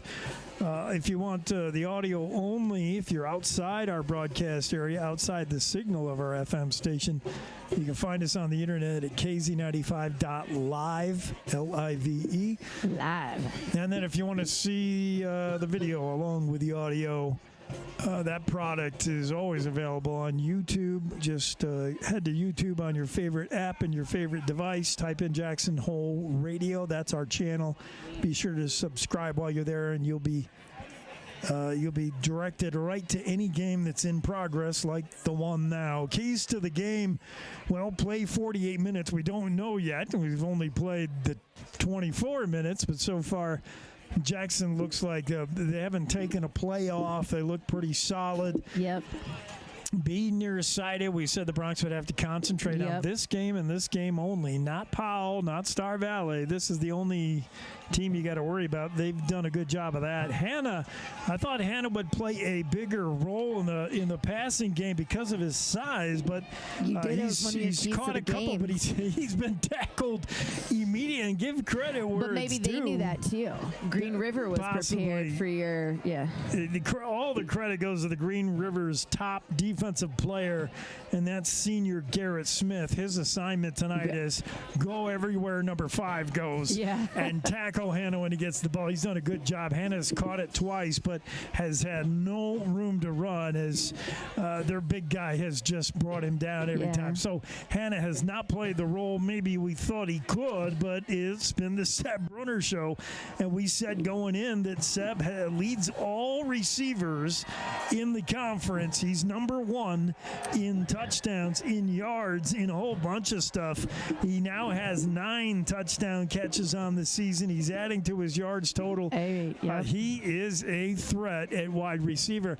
And one huge reason why I think him at quarterback starting the game was just a message to Ward and not so much. I wonder what it looks like with Seb at quarterback, because I'd much rather have him as a receiver. Yeah, me too. I will have to say. I mean, the good part is when he steps in at quarterback, he can keep that ball. But Ward is running too, so, that's not it. But I'd rather see him out and get a longer pass, shorter pass, and just take off, because when that boy starts running, he can run. That's the thing. Coach White sending a message to Harrison. Well, and also, let's be fair, Ward has missed some practice this week. He's been under the weather, so Coach said this is a good time to show Harrison, look, you're not the whole team. You don't have to be the whole team. That's true. We're gonna sit you to start and let Seb run a few plays. You got to see that. It was scary for a moment. Seb hit an exchange with Thomas May, hit the floor, and when you start anytime, just like even the first game against Teton, like you've been practicing, but that's like your first real action. And I think of some other teams like Cody. I mean, they got enough players to probably play a real game every time they practice. We don't necessarily have that, and so you got to warm up a little bit. So to have Seb had to warm up just a little bit. Seb Brunner did quarterback this team at certain points last year, and I think even the year before, once in a while he would come in to spell the starter. Definitely last year a little bit. So he's done it before, but he really limited. When Seb's in there, you're going to run option stuff. He's not going to throw a bunch. And Ward is a pure thrower. You're just going to have to take the interceptions along with the good, and he's been more good than he's been bad tonight. He's been very good. If you look at the numbers, 15 passes, and he's spread it around. Brunner, Hannah, Miller, Kendall. Yep. I like the way he's looked. So more of the same, maybe. I guess the only downer we're seeing right now is Jensen Smock. I would love to see him back out there. Smock, if you missed it on a point after attempt after that touchdown. What number is he, 17? Yes, he was. He's looked like he's walking around. They've taped up his shin and calf. I'm looking down there. No, that's not. I mean, You're not talking about a lineman. He needs his leg to kick. Well, I know. I'm just saying. He's down there. He's moving around. He's taped up. I can't imagine he'll be kicking anything with that leg. But, yeah, he got run into on a point PAT. The kick was blocked, and running into the kicker is okay if you block a kick, so there's no penalty on it. But unfortunately, Smock was injured enough that he came off very gingerly.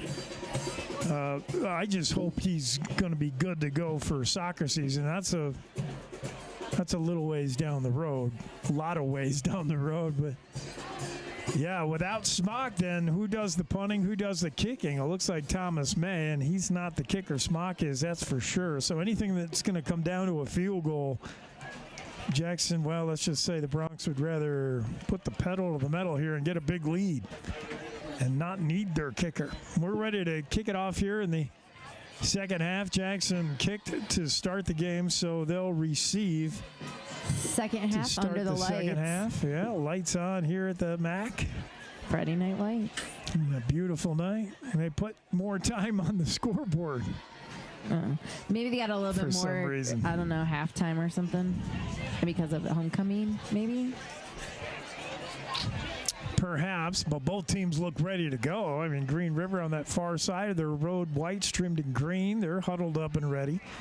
Jackson Bronx in their home, black trimmed in orange, the orange and black, and the black hole looking good in camouflage. That's the way they're playing it tonight in the black hole, camo night on homecoming. Thomas May trying to get the black hole jazzed up. May saying, come on, show the love here.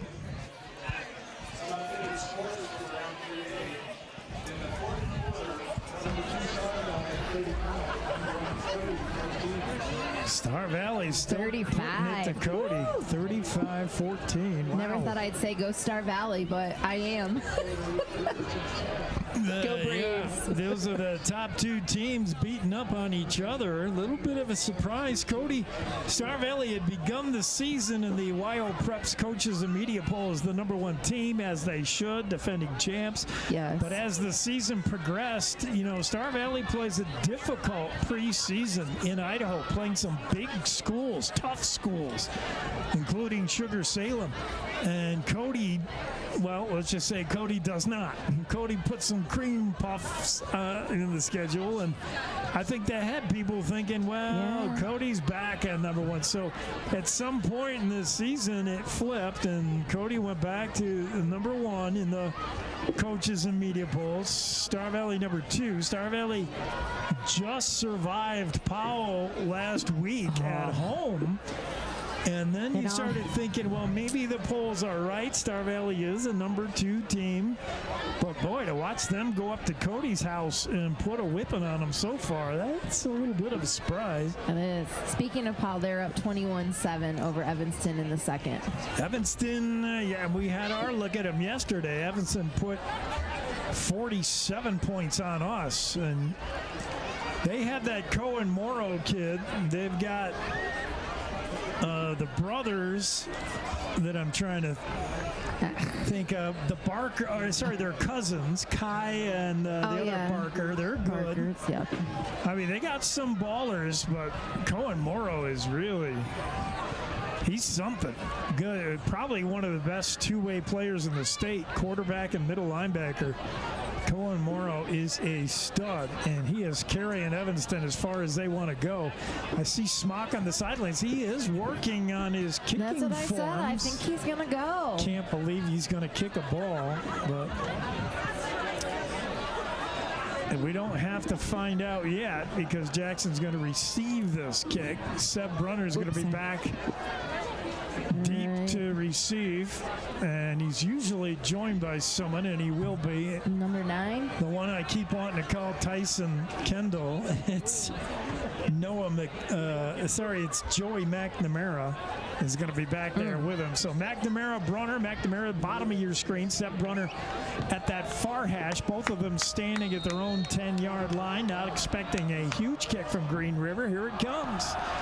And it's a pretty good kick. Brunner back at his own 8-yard line, and he'll try this near side. Now he cuts it upfield, breaks one tackle. Seb Brunner still on his feet. Seb to the 45, 50, 45, 40. Seb Brunner still going at the Green River 20-yard line. He's dragged down at the 17. No flags on the field. Seb Brunner with a huge run. And Jackson in business here, and I got a feeling Brunner is not going to be out there at receiver right now when they start. I don't know, he might be. I'm sorry, Seb, if I keep saying you're tired. I mean, he's young. Maybe he's not. I was like, he's out there. You would be, that is for sure. I'd be exhausted if I just ran all that way. Seb Brunner, huge kickoff return, gives the Jackson Bronx the ball at the Green River 17. 1st and 10. Brunner is out there to line up at his wide receiver spot. He's going to be out there with Hannah on that far side, top of your screen. Cameron Kendall down to the bottom of your screen. In motion, that's Hannah. The snap is high, but it's taken and pitched to May. May running near side. Now he cuts it upfield to the 5, to the 2-yard line, and down he goes.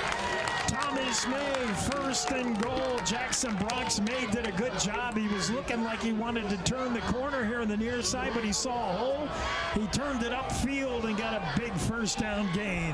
1st and goal. They're going to call about the 3-yard line. Castino in the backfield to run fullback for May. Watch this one. He's going right to Thomas May behind Castino. Snap to give to May. Follows the block to Castino. He's in.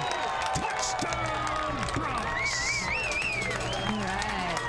Just like that, we're not even a minute into the second half, and Jackson has put 6 on the board, and we'll see if Smock can indeed put some weight on that right leg, kicking leg, as he's going to come out to try the extra point. That's him, Jensen Smock, injured earlier, has that right shin taped up. Hopefully it's just a contact injury. We got movement before the snap. No, offsides Green River, and that's nice. Not really going to amount to much. The ball will move half the distance. It'll make the kick that much shorter, and maybe a decision on whether you go for 2, but I don't know why you would. I think they wanted Smock to test that leg, and he'll stay out there. They're going to kick it. He can do it. Seb Brunner will set up the hold, takes a look at Smock. He's ready. Snap good, hold good, kick up and through, and more importantly, nobody contacts Jensen Smock as he nails it. And Jackson with a 16-0 lead. Let's stay right here and digest that. Wow, what a run by Seb Brunner. Yeah. You know, that's the first time I can remember him this season with that big of a run. And he's always a home run threat when you think about Seb. But I can't remember a run back like that from Brunner this year. I don't know. I mean, he's had some great catches. Yeah. But you're right. I don't know if there has been that long of a run. I mean, for a guy with his speed and elusiveness, I thought he would have had a kick or a punt return for a touchdown by now this year, but I can't recall one that was big, honestly. That was big. Third quarter just underway, not even 60 seconds burned, 11-12 to go in the third, and Jackson has struck gold. Touchdown for the second time today, and it's all made possible by the Seb Brunner kick return, which was a big one.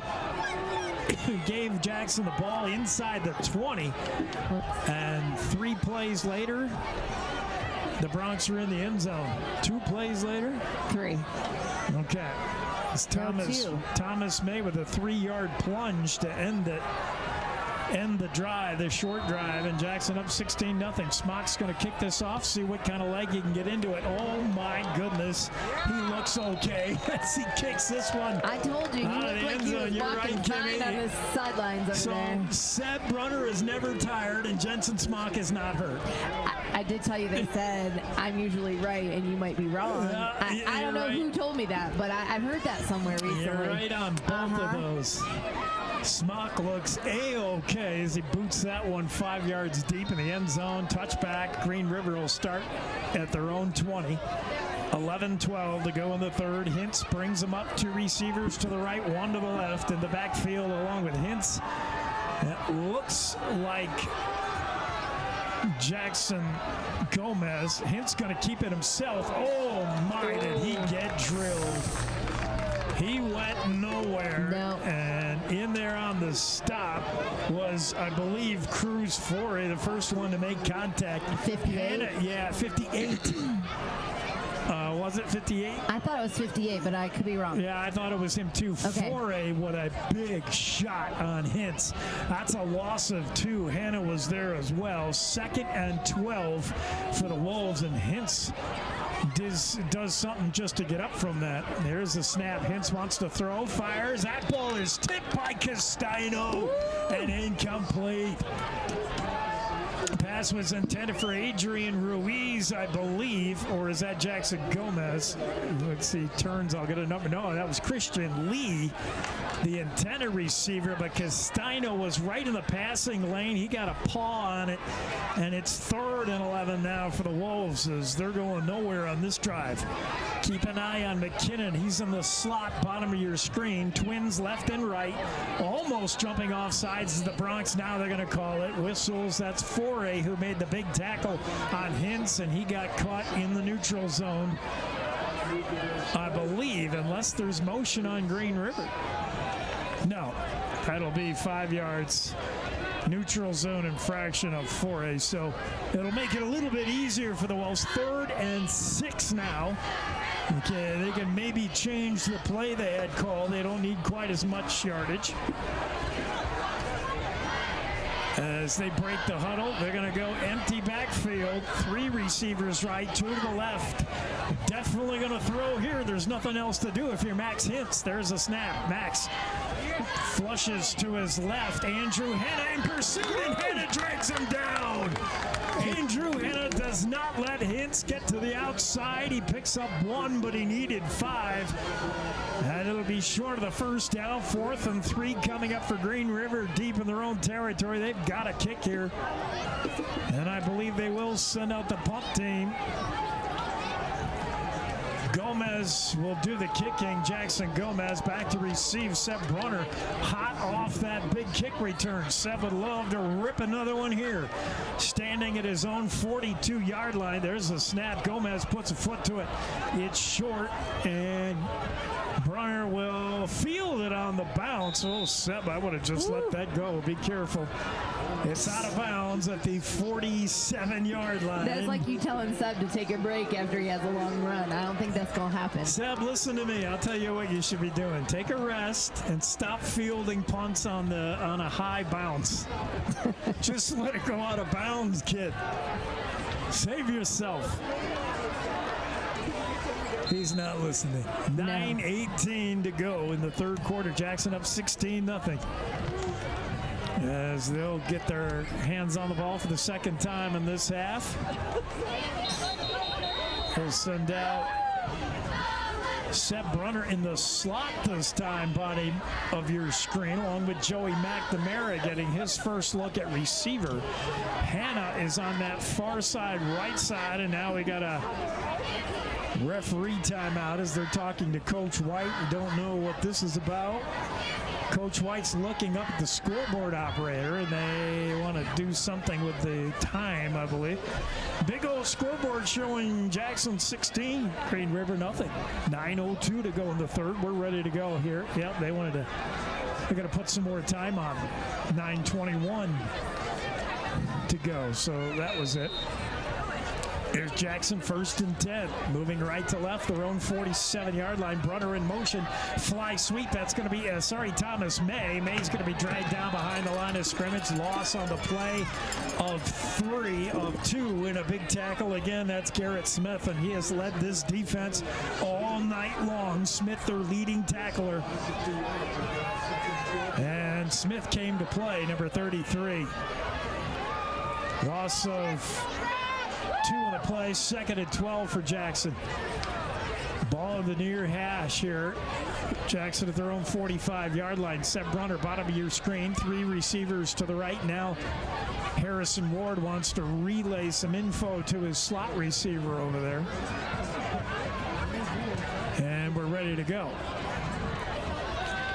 The snap back to throw is Ward. And ball comes out. ball's out, and Green River jumps on it at the Jackson 39-yard line. The Wolves recover the fumble that was coughed up on that far side. Who was that played to? I didn't see. It might have been Thomas May, but the fumble, and boy, that leaves the door open for the Wolves. They're not dead yet. 16-0 Green River with a golden opportunity here.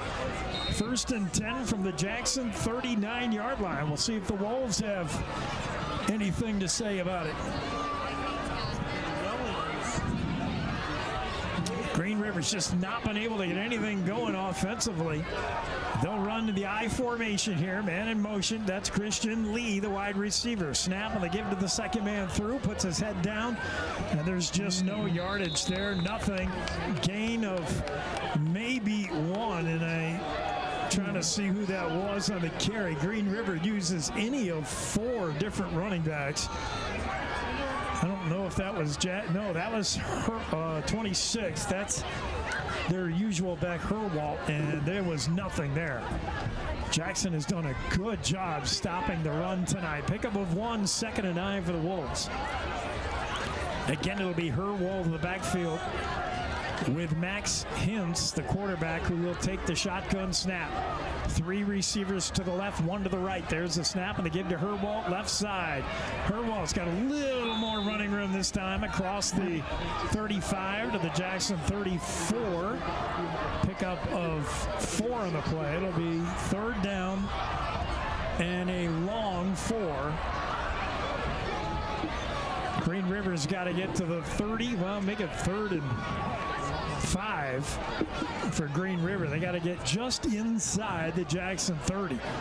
Bronx defense looking much, much better tonight than they have really all season, and maybe because they can really key on that run game. We'll see if Green River wants to throw it here. They're up under center with Hintz. Max Hintz gets a snap, play action. He wants to throw. He's being harassed. He does fire it out, complete, and a big hit made there by Thomas May. And that help from sub runner. The catch made by Adrian Ruiz, but he's going to be short of the first only because of the hit by May. Wow. Ruiz made the catch. He turned to get some yards after, and no. There's no room. There was nothing but number 2 in his grill. May brings it down. It'll be a yard short of the first. Green River's going. They have to. They're down 16, and you don't punt from here on the field. So 4th and a yard. Green River, what can they run that picks up 1 yard? Herwalt's in the backfield with Hintz. Hintz in the shotgun. Keep an eye on number 26. Snap, and Hintz going to keep it himself, and he's got it. But maybe not. As he's driven back, I think forward progress, he might have had it, but we'll see where they mark it. Initially looked like he was across the 35 to the, or across the 30 to the 29, and then he was pushed back. But I thought the forward progress he had it, but the refs do not mark it very favorably here.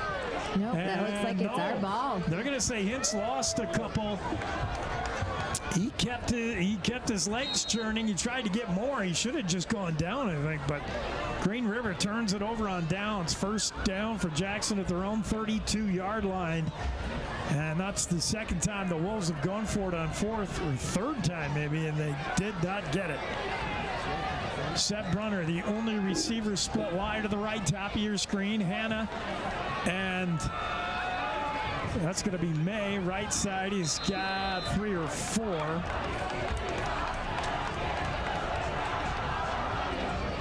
It's Hannah and Kendall were lined up to the left. I couldn't see, but Jackson content to keep it on the ground here, trying to get the rushing game going a little bit and burn some clock. They got a 16-0 lead with 5.5 to go in the 3rd. 2nd and 6 for the Bronx. 2 receivers left. 1 to the right is Brunner. Thomas May in the backfield. Shotgun snap, and they give this to May. Not a lot of running room this time. May's bottled up at the line of scrimmage. And a good tackle, good penetration made by James Herwalt, who contacts May right at the line of scrimmage, and that's no gain. 3rd and 6 now for the Bronx, and throwing situation for sure, you would think, for a team that loves to throw it anytime, all the time. Kendall and Hannah split bottom of your screen, set Brunner to the right. You still got Castino in the backfield with May, so they could run it here. Snap to Ward. He wants to throw. He's got Hannah right away. Drew Hannah! He gets away from one tackler. Hannah's inside the 40 to the 39 of Green River. And that was an easy pitch and catch. That's just a tight end sitting down on a route. Hannah just ran a little button hook as he ran a little 5-yard turnaround and caught it, and then made things happen after. And the referee's going to discuss something here. I don't know what. Jackson with the ball at the Green River 38. Unless there's no flags down. But Andrew Hannah with yards after catch. And oh, wait a minute. What happened there? Did Hannah fumble at the end of that play? I didn't think so, but oh, ouch. They're giving the ball to Green. Hannah must have fumbled at the very end of that play. I didn't see it. So I want replay. Nobody saw it. Oh, yeah, we got nothing. Hey, I do have a final score in that Star Valley Cody game. Final? Final. Star Valley 41, Cody 14. Oh, boy. I guess we know who's number one right now. You know, it's surprising Star Valley won, but more surprising they scored 41 points against that defense. Star Valley does not have a great offense. In Cody, right? Wow. Because they're listed first, so they were in Cody. Timeout, Jackson. I still think Coach White can't believe he's on defense. Oh, he's yelling at somebody, but Jackson was not ready to play defense there. Maybe they didn't have the right personnel or enough personnel. Coach White pretty livid, and he's got to burn a timeout. Meanwhile, yes, Hannah, after that big play, he was tackled from behind, and Hannah never saw the hit coming, and I don't wonder if he didn't drop that ball. He must have fumbled, and Green River with the recovery. So the Wolves, another golden opportunity here. Yeah. As Jackson has that was such a good catch and run, coughed it up twice. That's 2 fumbles and a pick. The Bronx just can't get out of their own way right now, but they do lead at 16-0. 4:35 to go in the third. Green River averaging just 8.5 points a game. Still doesn't have any here, but they'd love to get it going. They go empty. 2 receivers left, 3 to the right. Hintz in the backfield to take the shotgun snap. Green River's going to throw here. Hintz looking downfield, wants it all, floats one up, incomplete. The coverage was good. That looked like, not sure who that was on the coverage. Pass just a little bit overthrown as Hintz was looking for Dax Taylor, the 6-foot sophomore, and he just barely overthrew him. The coverage was pretty good, and I'm not sure who that was running stride for stride with Taylor. Do you want to? We got to get the replay back up here soon. I know. What happened? Well, I forgot to bring my iPad. Oh, I guess I can't do it on my phone. Second and 10. Here comes Green River. There's a pitch. They're going to run that reverse again, and it's not going to work. Once again, the reverse does not work. That was 58 again. Foray saw it. Green River ran that earlier, and it was bobbled by Dax Taylor. This time Taylor caught it cleanly, but there was just nowhere to go. Cruz Foray with a huge tackle and a big loss for Green River. They're looking at 3rd and forever now. They got to get the ball to the almost to midfield. As Hintz tries to change the play at the line of scrimmage, sends McKinnon in motion. Back to throw. Max Hintz has time. Now he fires, and that's almost picked off. He was looking for McKinnon, but that ball was closer to Seth Brunner than McKinnon. Cameron Kendall also there in the coverage. And the ball well overthrown to bring up 4th and a bunch, and Green River's going to have to punt. Axel McKinnon was the target for Hintz, but just overthrew him. Back to do the punting for Green River is Jackson Gomez. The senior, he'll punt to Seb Brunner, standing at his own 42-yard line. Now Brunner is going to creep up as this punt is again short, almost blocked. Here comes Seb Brunner at the 45, dragged down. And boy, that looked like a horse collar or a face bag. Brunner got tackled awkwardly. He's okay, and he's not. Usually Seb's going to call for a flag on if he thought he was fouled, but it looks okay, and Brunner returns it. Meanwhile, the Green River 41, where Jackson will start 1st and 10. 3:28 to go in the third. The Bronx up on the big old scoreboard, 16-0. And their offense comes out.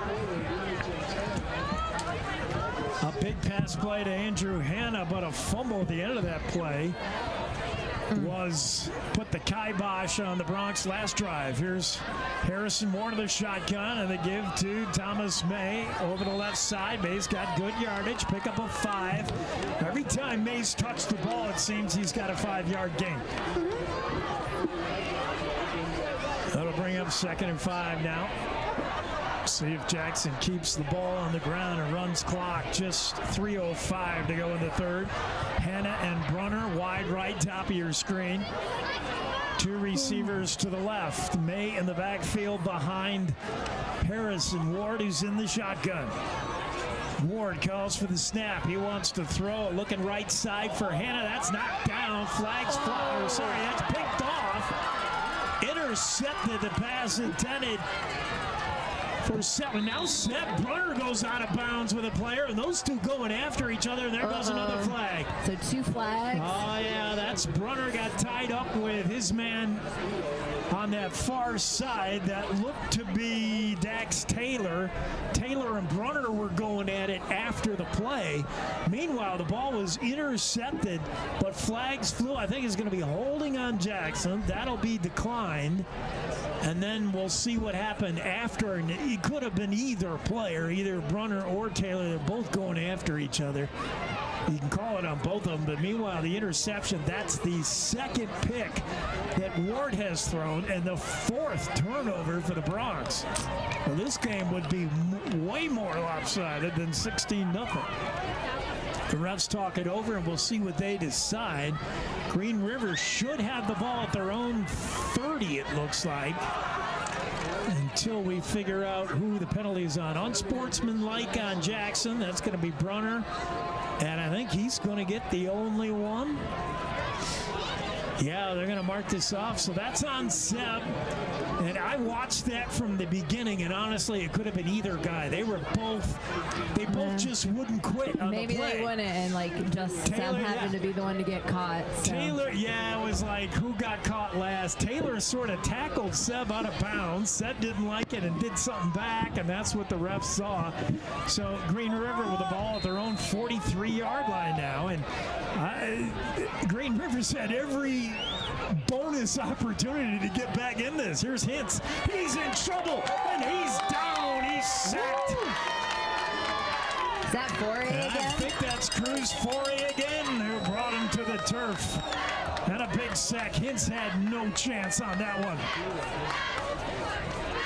A big sack, and it's a loss of 6, and it is Foray again on the stop. He's had a big game defensively. 2:15 to go in the third. Green River, despite getting the ball 3 times now in the third quarter in good field position, has been unable to do anything with it. Hintz runs empty here. This is not a formation Green River likes to be in. They love to run it, and they're having to throw. Hintz wants to throw over the middle. Incomplete. Well overthrown. Looking for Taylor. Seb Brunner had him lined up there playing center field safety, but the pass was well overthrown, and Seb did not have to put the lick on Taylor, although I think he wanted to.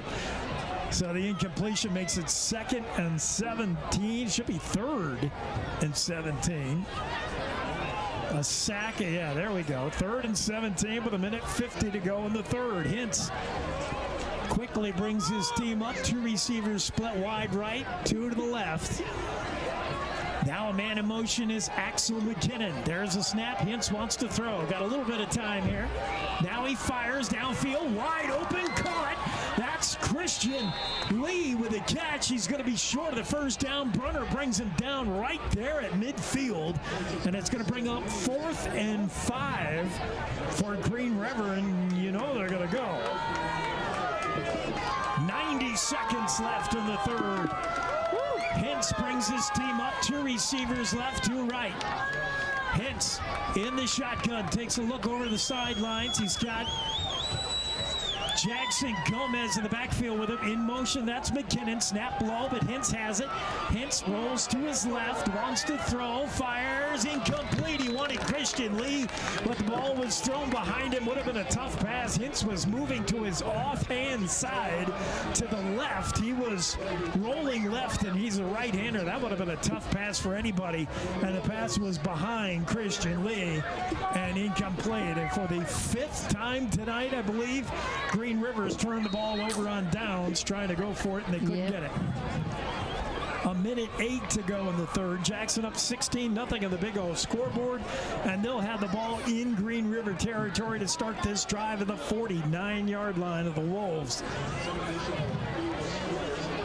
And if not for penalties and, well, not so much penalties tonight. I guess turnovers. I guess turnovers a little bit. 3 picks, 2 fumbles, something. Yeah, 2 picks. Let's say 2 and 2.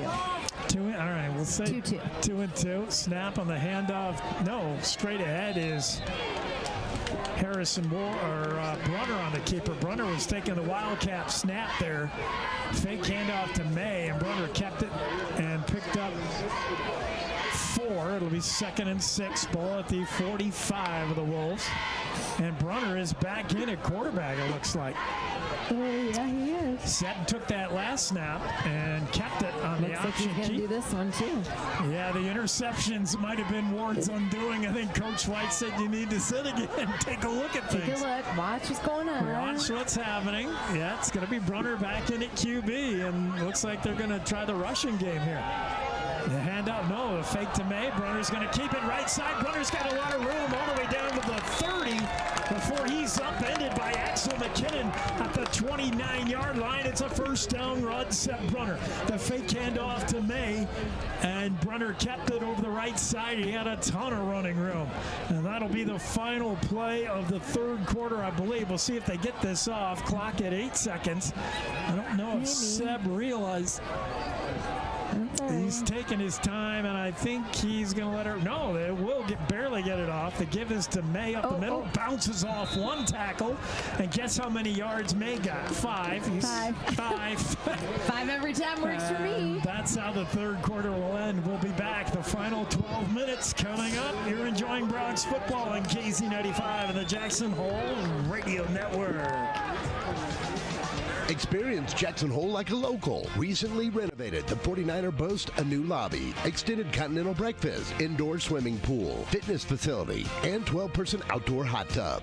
Located on Pearl Street, the 49er is just 3 short blocks from Jackson's greatest bars and restaurants, where you'll find your home away from home. Enjoy your time in Jackson as part of the Town Square Inns, and stay at the 49er Inn and Suites. This is KZ95 with live coverage of the Jackson Bronx. So far, so good for the Bronx. Maybe not the prettiest game in the world, and Coach White's going to have a lot to go over on the film tomorrow or whenever they look at it, but the end result is Jackson's going to get a win they sorely need. They need a W, even if it's an ugly one. And the Bronx certainly could have played better to this point. But we're still got a quarter to play. 12 minutes. It's not over yet. Yeah, hold on. Green River may have something to say. 16-0, and you got a feel the Bronx have let a Green River team hang around for a long time. That's never good. 2nd and 5 for Jackson after the 5-yard gain by May. It's still Seb Brunner taking the shotgun snap. Got May back there with him. Seb calls for the snap. Fake to May. Seb wants to throw, and he's harassed here.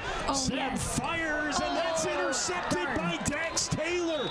And And Seb Brunner was all kinds of harassed, and he should have just thrown it away, but he tried to make a play happen, and Dax Taylor picked it off.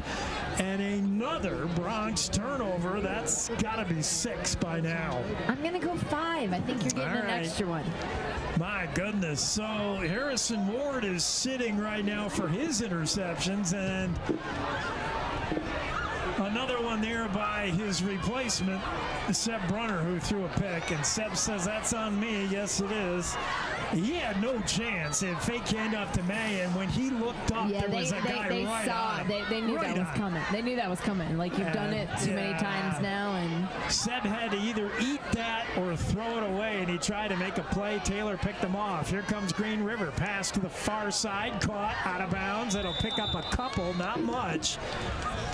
As Hintz fires over to the right side. I believe it's Rab Pointy on the completion. He's out of bounds with a gain of a couple. 2nd and 8 here for Green River. Just underway in the 4th quarter. Big old scoreboard showing Jackson 16, Green River nothing.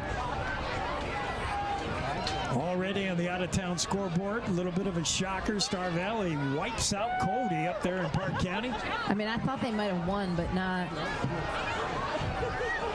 Green River runs 3 receivers to the left. Now make it 4 as they go empty backfield. Hintz fires to Axel McKinnon. McKinnon's got some blockers, and he's out across the 20 to the 22-yard line. Short of the first down. Seb Brunner had to come up from his safety spot to finish the play and knock down McKinnon. He's going to be short. It'll bring up 3rd and 2 for the Wolves. Ball at their own 23-yard line, 22-yard line. Green River trying to get something, anything going on offense. They just haven't been able to muster much. They've punted maybe 4 times and turned it over on downs maybe 4 times. They just can't get the offense going. Gonna say, I don't think they've. 3rd and 2, probably going to run here. Christian Lee in motion. Snap on the give is to Harbaugh, and he's got a first down and more. He finally goes down at the 35-yard line, but a big run by the big back. It's James Herwold, the 6', 175-pound junior, with a first down carry. And I think Green River, there's time, 10.5 minutes to go for a team that just does not throw much. I think Green River's got to keep it on the ground and try to run if they can. Herwold's pretty good running back. He's still in there. They're in the I formation. Christian Lee again in motion, and to give this to Herwold again. This time, though, Jackson shuts it down, and maybe that's why you don't run. Run all the time, because then you're going to know. Yeah, Jackson was ready for that. Loss of a yard, 2nd and 11. There have not been a lot of positive plays for the Wolves, even when they can get a run here and there. The very next play, it seems Jackson shuts it down, and Cruz Foray has had a big game. Thomas May and Justin Castino have been very stout in that Jackson defense. Green River goes shotgun. Hintz puts a man in motion. That's Jackson Gomez. Hintz wants to throw, flushed out of the pocket, rolls right, fires, got a man, caught, and immediately hit. What a shot on that far side. Jackson's really played physical. The catch made by Rab Pointy. It'll be a gain of a couple, but not much. Well short of the first. 3rd and 6. I couldn't see the Bronc that was in on that tackle, but that was a whack. I believe it was May again. He's that left outside linebacker. That was a pop. Pointy, a little slow to get up, but he's okay. 3rd and 6, Wolves. They're going to go empty again. 2 receivers to the left, 3 to the right, top of your screen. Hintz in the shotgun. Calls for the snap. There it is. He wants to throw back, and he's got to run loose, and he's down. Sack is made by Jackson, and that's going to bring up a 4th and real long. In on the sacks with Alex Brown.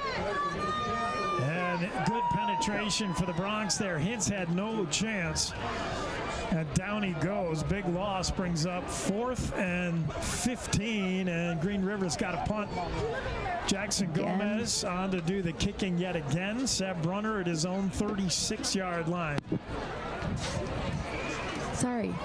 Gomez, oh, they're going to fake it. And Gomez throws, but over the head of Pointy. And once again, Green River turns it over. Jackson, fake punt. Ooh. And Jackson Gomez was looking for Rob Pointy, but he threw it well overthrown and incomplete. And they turn the ball over again. Well, why not if you're Green River? I mean, you got 8 minutes to go here in regulation. You're down 16-0. You got to try something, and that something didn't work. Jackson back out there. Harrison Ward back out there at quarterback. So, again, Coach White lets his starter sit, get a new perspective, and brings it after the Seb interception. White's like, well, I don't know. They're all thrown into the wrong team. Oh. And a little bit of a busted play. Harrison Ward's going to make something of nothing, though. Harrison Ward on the right side. And down he goes at the 14-yard line. And I don't know what happened there, but Ward looked to hand off. The handoff never happened. Harrison had to keep it. That's a first down run to the 15 of Green River, and Harrison Ward made something happen there as he refused to go down. Ward's a big guy. We sometimes don't talk about that or think about that, but Harrison Ward's probably 6'2", 180, something in that neighborhood. Pretty big for a quarterback. And he just would not go down. First down run gives Jackson a fresh set of downs. Thomas May in the backfield. Cameron Kendall split wide to the left. Hannah Brunner to the bottom of your screen to the right side. In the gun, Castino in the backfield as well. Lead blocker for May. Maybe. Yes, he is. May gets the ball. Thomas May. Touchdown!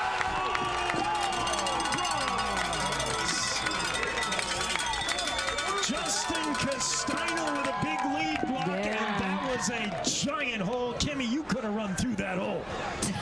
Thomas May wasn't touched until about 10 yards after he took the handoff, and by then he had a head of steam going. Thomas May, his second touchdown run to go with that 3-yard touchdown plunge earlier. This one from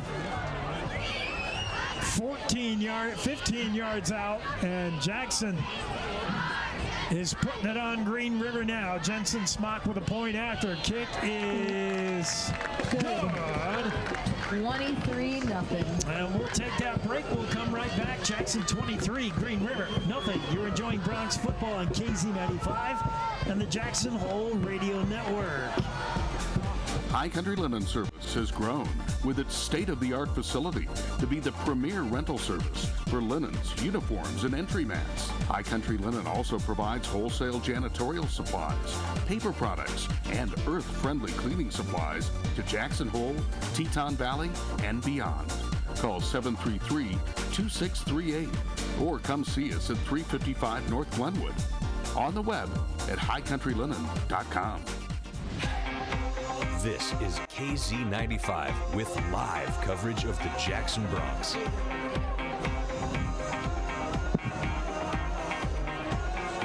Jackson Bronx with Thomas May's second touchdown run of the night at minute 23-0 on the Big O scoreboard over the Green River Wolves. Jackson will kick.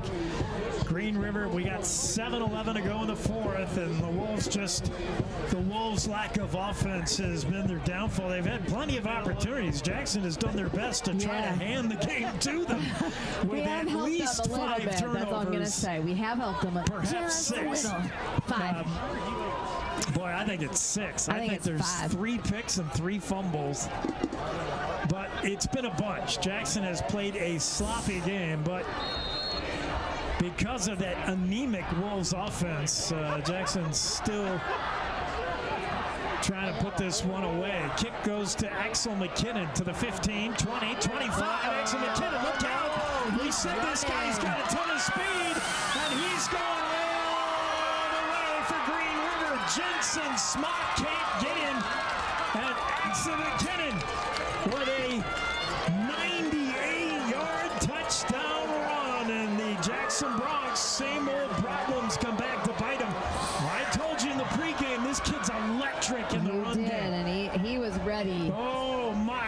just ripped this one off for the Wolves, and Jackson goes from celebrating a touchdown to whoops.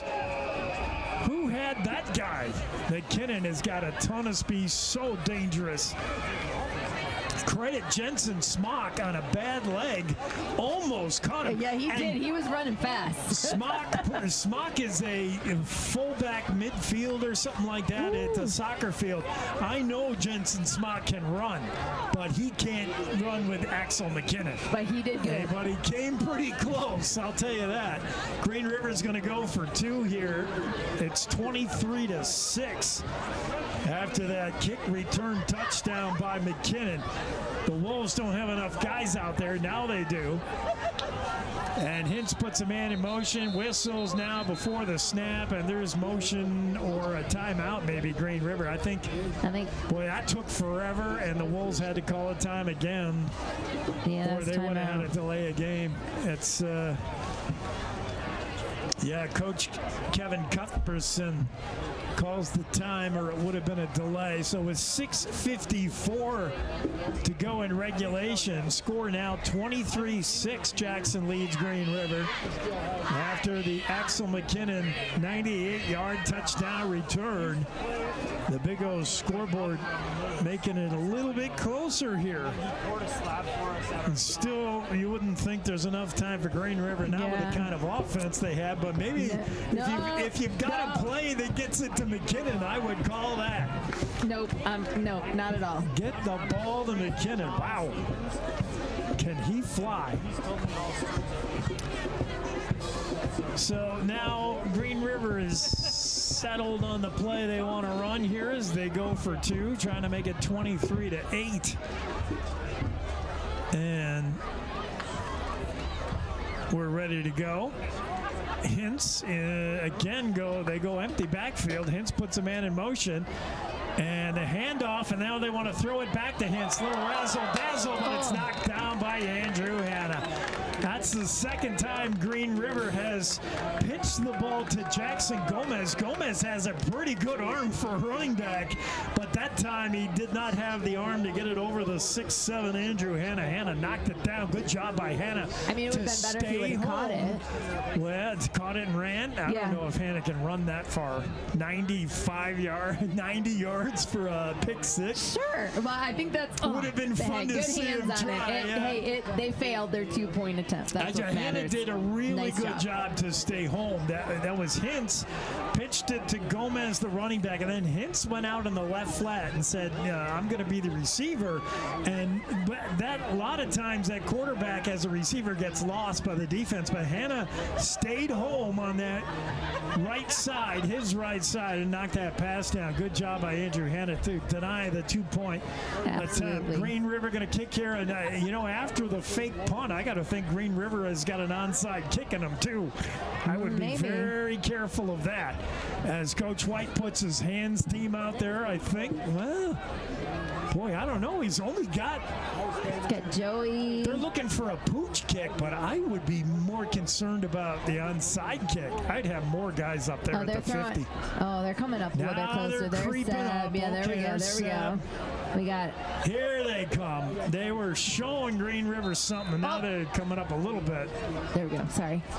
But watch the kick here. They're going to pooch it. No, they're going to sort of onside pooch it, and that's out of bounds. And, well, I don't know what that was. Gomez. They tried. Messed up. I don't know. Somewhere between a pooch and an onside, but it was neither, and it went out of bounds. It'll give Jackson the ball, and very good field position here. With 6:51 to play, Jackson 23, Green River 6 on the Big O scoreboard.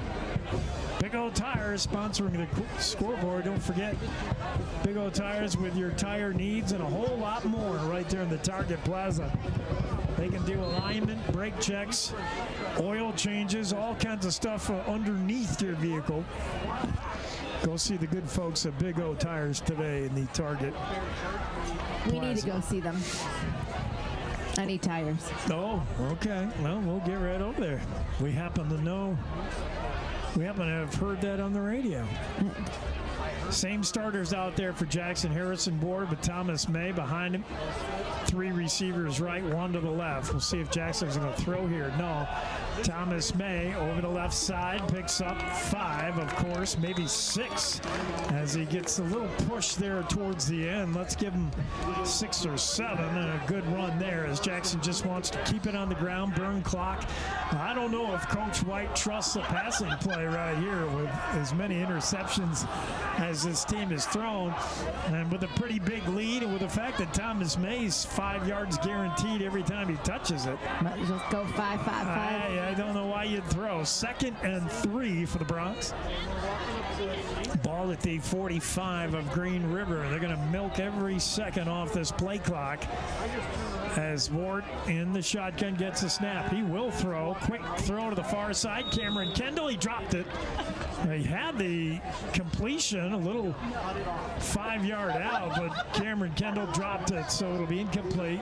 Stops the clock. You don't want that either if you're Jackson. Yeah, that's true. With 6 minutes to go, and it's still 3rd down, 3rd and 2.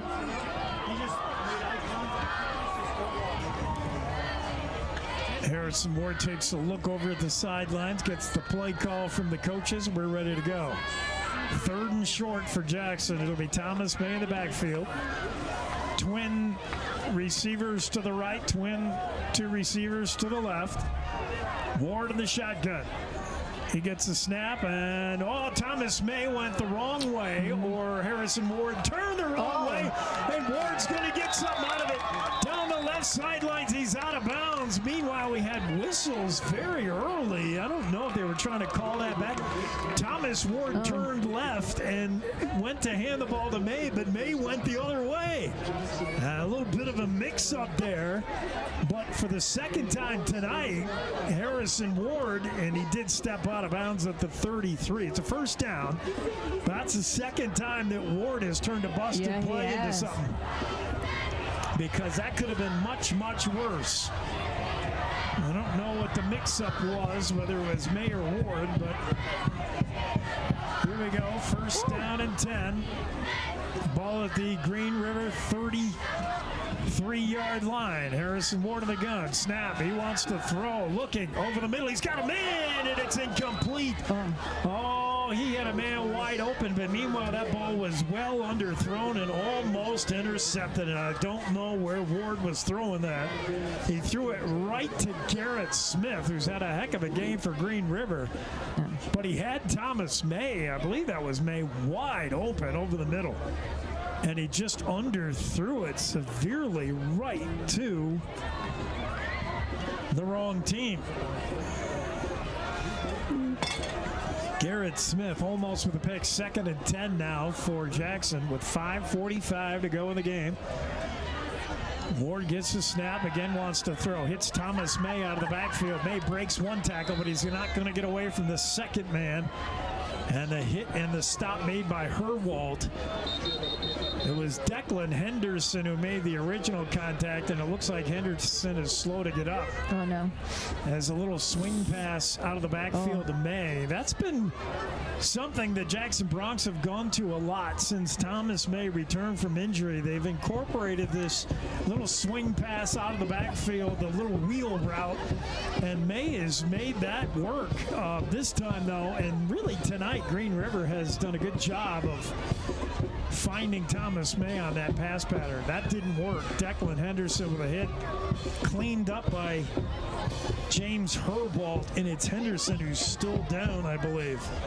The 6', 180-pound sophomore was the first to get there on May, and I think it's him. He's still down. And we'll stay here. Meanwhile, it's going to be 3rd and 8 for the Bronx with 5.5 minutes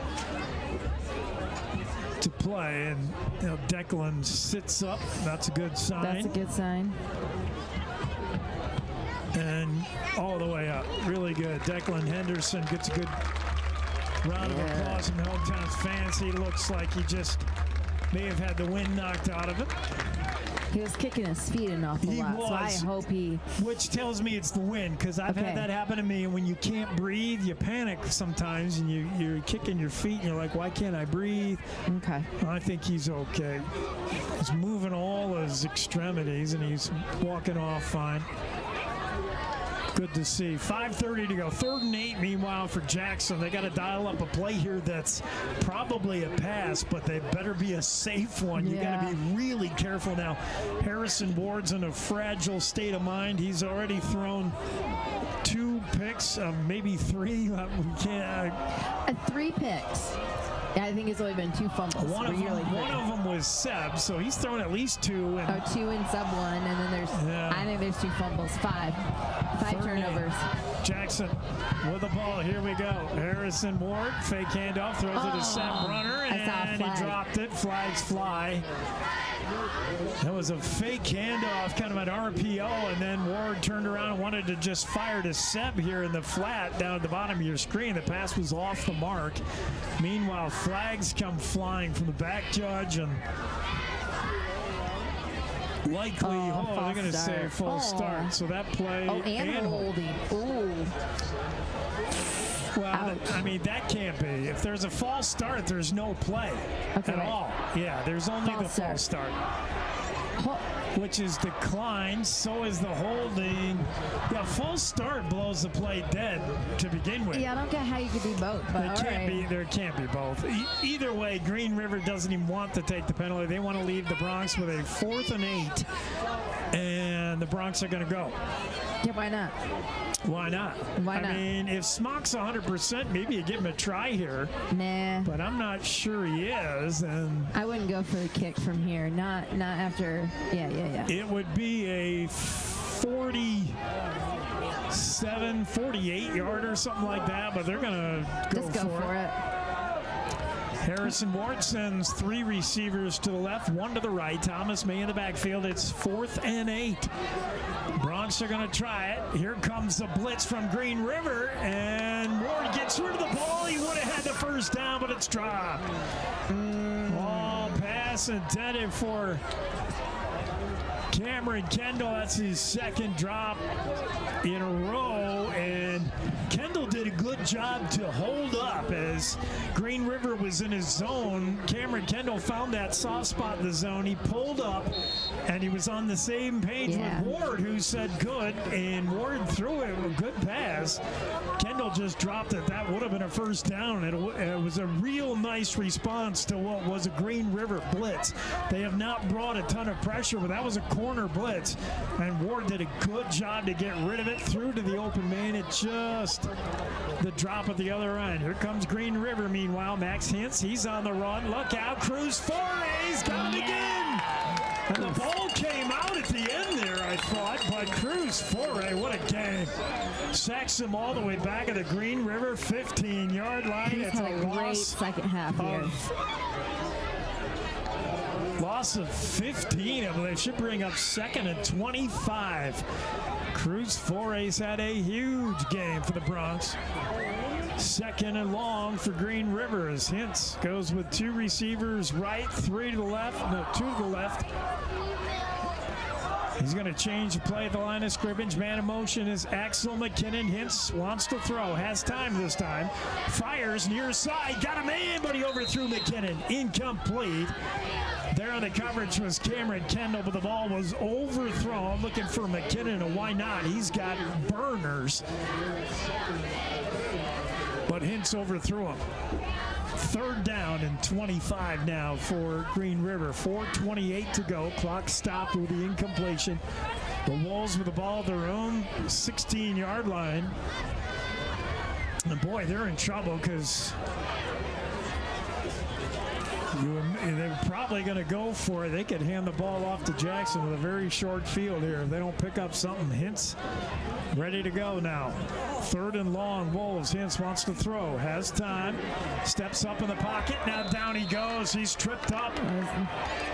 34. That's he's had a big game as well. The Brown kid, Alex Brown, grabbed Hintz around the ankles and brought him down. Big game for Brown, also on defense. So that sack is going to give Green River 4th and a country mile. Oh my, they got to get to the 41-yard line. And the ball is at their own 10. They're going to go for it or they're going to punt it? I don't know. What do you do? There's not a play that gets this yardage, but their punts haven't been great either. Yeah, I know. I don't know. This is why the coaches get the big money. What do you do? Timeout, though, is the teams discuss it. If you're Coach White, whether it's a punt or they go, you got to play the same. You're going to play just a deep prevent defense here. Nothing behind you. Or as Tiana says, nothing behind you. And look at Seb Brunner. He's at the Green River 40. He is 30 yards off the line of scrimmage. Now he's going to creep in a little bit, but he's going to make sure nothing bad happens. Max Hintz will take the snap. Hintz looking, going to fire, got a man. Caught. Cameron Kettle, now a lateral, another lateral, and knocked out of bounds. So a lot of little hook and ladder, I couldn't follow that for a second there. Whoa. They get the ball out to the 25, so they picked up maybe 15, 16 on the play, but it's short of the first down. Usually that's illegal man downfield or a holding. That play took so long to develop, and they're pointing Green River's way. Jackson's going to have the ball either way with a very short field to work with and 4 minutes exactly to do it in. And whatever the penalty was, Jackson's going to decline it. I would too. I'd take the ball. Look out, we're balling our what? Yeah, Bronx ball 30, at the Green River 26-yard line. Oh, 26. Sorry, I was going the wrong way. You and Elon does that too. I saw the 30 and I wasn't thinking that. Yeah. Elon, if you ever listen to this guy, I noticed Elon Evanston announcer, he has trouble with the balls in the other end of the field. I was watching the 30 and forgot that the other side was, the 20. Well, that's why they pay me the big bucks in your color. You pay me some big bucks. Back to throw is Harrison Ward. He fires, got a man wide open, and is it caught? That'd be a heck of a catch. Yeah, it is. It was. That's 13. What a catch. Yeah, 13. Sliding for that grab is Griffin Miller. That's his third catch of the night, I believe. 3 or 4. That was a nice catch. And credit Coach White for sticking with his quarterback. And now we have an illegal receiver downfield, maybe. This is coming back. What? Oh, man. That was the indication from the white hat. And yes, I believe it's illegal receiver downfield. Yeah, that goes. It's only 5 yards. Goes back, but still. Yeah, that erases what it was a really nice pass play. That's too bad. So Coach White sticking with Ward, letting him throw despite all the picks today. And I like it because you're going to need your gunslinger down for the rest of the season, next week and the week after. And Ward threw a beautifully, made a great read. That was the most wide open receiver he had on the field, I promise you. Griffin Miller was open in that seam route, and it was a good pass, low, where only Miller could catch it. Miller made a nice grab. Everything worked, except you had a guy downfield that wasn't a receiver.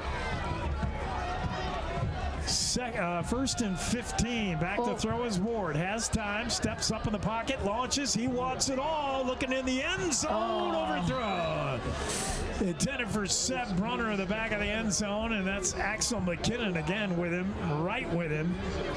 And Harrison Ward just went for the jump ball in the end zone. What the heck, thought Ward? And we'll see what happens because Hannah was down there too. Trusting his receivers. Seth Runners pull a lot of those down. And he is not a tall guy, but he climbs the ladder, and he'll win a lot of those 50-50 balls. So worth a shot. And I don't know if Coach White feels the same way. I mean, sometimes you can ask him next time. He's tired of Harrison Ward just throwing bombs in the end zone, but it's fun for the fans. It was close. It was close. 2nd and 15, Bronx. Ball at the Green River 32. Back to throw his Ward. Steps away from traffic. Has time. Fires. That ball caught by Seth Brunner. And he gets out to the 30. So a very short game. Caught Brunner on the crossing pattern. Seb is shaking his right arm. He got a little bit of a stinger there at the elbow or something, but he's going to stay out there. Pickup of only 3. It'll be 3rd and 12. 3:12 to go on the Big O scoreboard. Jackson up 23-6. They are taking care of business in this battle of the bottom feeders here in the 3A West. Trying to keep their hopes alive for the postseason. Ward gets the snap, wants to throw. Look out, pressure from behind, but he gets away. It's Christian Lee putting on the heat, and now Ward is just going to take it all the way down to the 15. He's got a first down. Harrison Ward doing it with his legs. That's at least the 3rd time that he has scampered and made it happen. When all else broke down, Ward just took off with it. And he moves the sticks. Jackson Bronx with a first down. Clock stops with a play out of bounds, but Ward, that could have been way worse. Christian Lee came from behind on the blitz. I don't know if Ward saw him, heard him, or felt him, but somehow he slipped away from that sack and made positive yardage. 1st and 10 for the Bronx. 2:42 remaining. Harrison Ward going to throw again. Fires near side. Pass caught by Brunner at the 6. And it's a pickup of 4. Maybe. They're going to call it the 7-yard line. Short little pass. That's good for about 7 yards. 2nd and short. 2:20 remaining and counting on the Big O scoreboard. Cameron Kendall split wide to the left. Brunner and Hen on the right side. Jackson certainly putting their foot down on the gas pedal here the way they're throwing. Now they're going to hand off. No. Play action pass. Throw. Touchdown! Harrison Ward to Andrew Hanna on the play action pass. And Hanna gets involved in the passing game with a touchdown catch. With exactly 2 minutes left in regulation, the Bronx are in the end zone again, and that was a pretty play. Good job on the fake handoff. Green River thought for sure it was May getting the carry, and Andrew Hanna was wide open on the crossing pattern in the end zone for the touchdown score. All right, we are 30-6. Smock's extra point is good. We'll stay here with the score. The Jackson Bronx 30 and the Green River Wolves 6 on the Big O scoreboard. So the final score is looking a little better. It's looking a lot better. Glass half full. Jackson takes care of business, gets a big win over Green River. Glass half empty. They did not play their best game here at home for homecoming. They made all kinds of mistakes, but a fun football game, and they're getting it done. That's what they had to do, and nobody's going to ask you how you got the dub. You just stack them. Yeah, you get it. And this is will be their first conference win. Green River's still looking for their first. Jackson for the playoffs, well, they still control their own fate. They need to handle Powell next week, Star Valley the week after, and they need to hope Evanston maybe does something to help them out. But they're not out of it. Right, and don't you think we need Green River, though, to do something for us? Green River needs to be Evanston, don't they? Perhaps. If we win out, if we beat Powell and Star Valley, let us win out, and we'll have 3 wins. Evanston likely will have only 2, because Evanston was probably only going to beat Green River. So I don't know. If you want to guarantee things in your Jackson, win all 3 games remaining. Win the next Green 2 River after this. Be Evanston. That's all I'm going to say. If you want to gamble, then win 2 of your next 3, or 1 of the next 2 now, and then hope Evanston stumbles against Green River. There's a line drive kick, and that'll be into the end zone from Smock. It's good to see Jensen Smock out there kicking again. He's got that right shin taped up, and I think that was, I'm not a doctor, I only play one on the radio, but I think that was a contact injury. You know what I mean? Like, it's not like a sprained ankle, or it's not muscle or ligament. I think I bet you it's a bone bruise on the shin from that guy running into him. Possibly. That hurts a lot, but that goes away in a few days when you're 17 years old. I think he'll be fine. 2 minutes to play. Green River is going to try to make some noise here as Hintz brings his troops up. They go into a bunch package here. This looks more like the Wolves formation, this running formation. Hintz wants to throw, fires one far side. He's got Lee. There's a missed tackle by Jackson. Seb Brunner has to be the last guy there, and he knocks Lee out of bounds at the 44. I believe that might be McKinnon. Boy, it's just hard to read the numbers around that far side. No, that is Christian Lee. That's Hintz's favorite target. I believe he's their leading catch maker. But that's a pretty good play, well-designed play, and a missed tackle made that a big one. 42-yard line for Green River. They got Lee now, the bottom of your screen, split left, and again, they go bunch package. Same formation. Wow, watch that same play, where they fake things to the far side and then come near side here to Lee. You see Cameron Kendall giving Lee all kinds of room. He's 10 yards off it. And they are going to throw to Lee. No, they're not. They're going to throw. Cameron Kendall, interception. Oh, Cameron Kendall picked it off.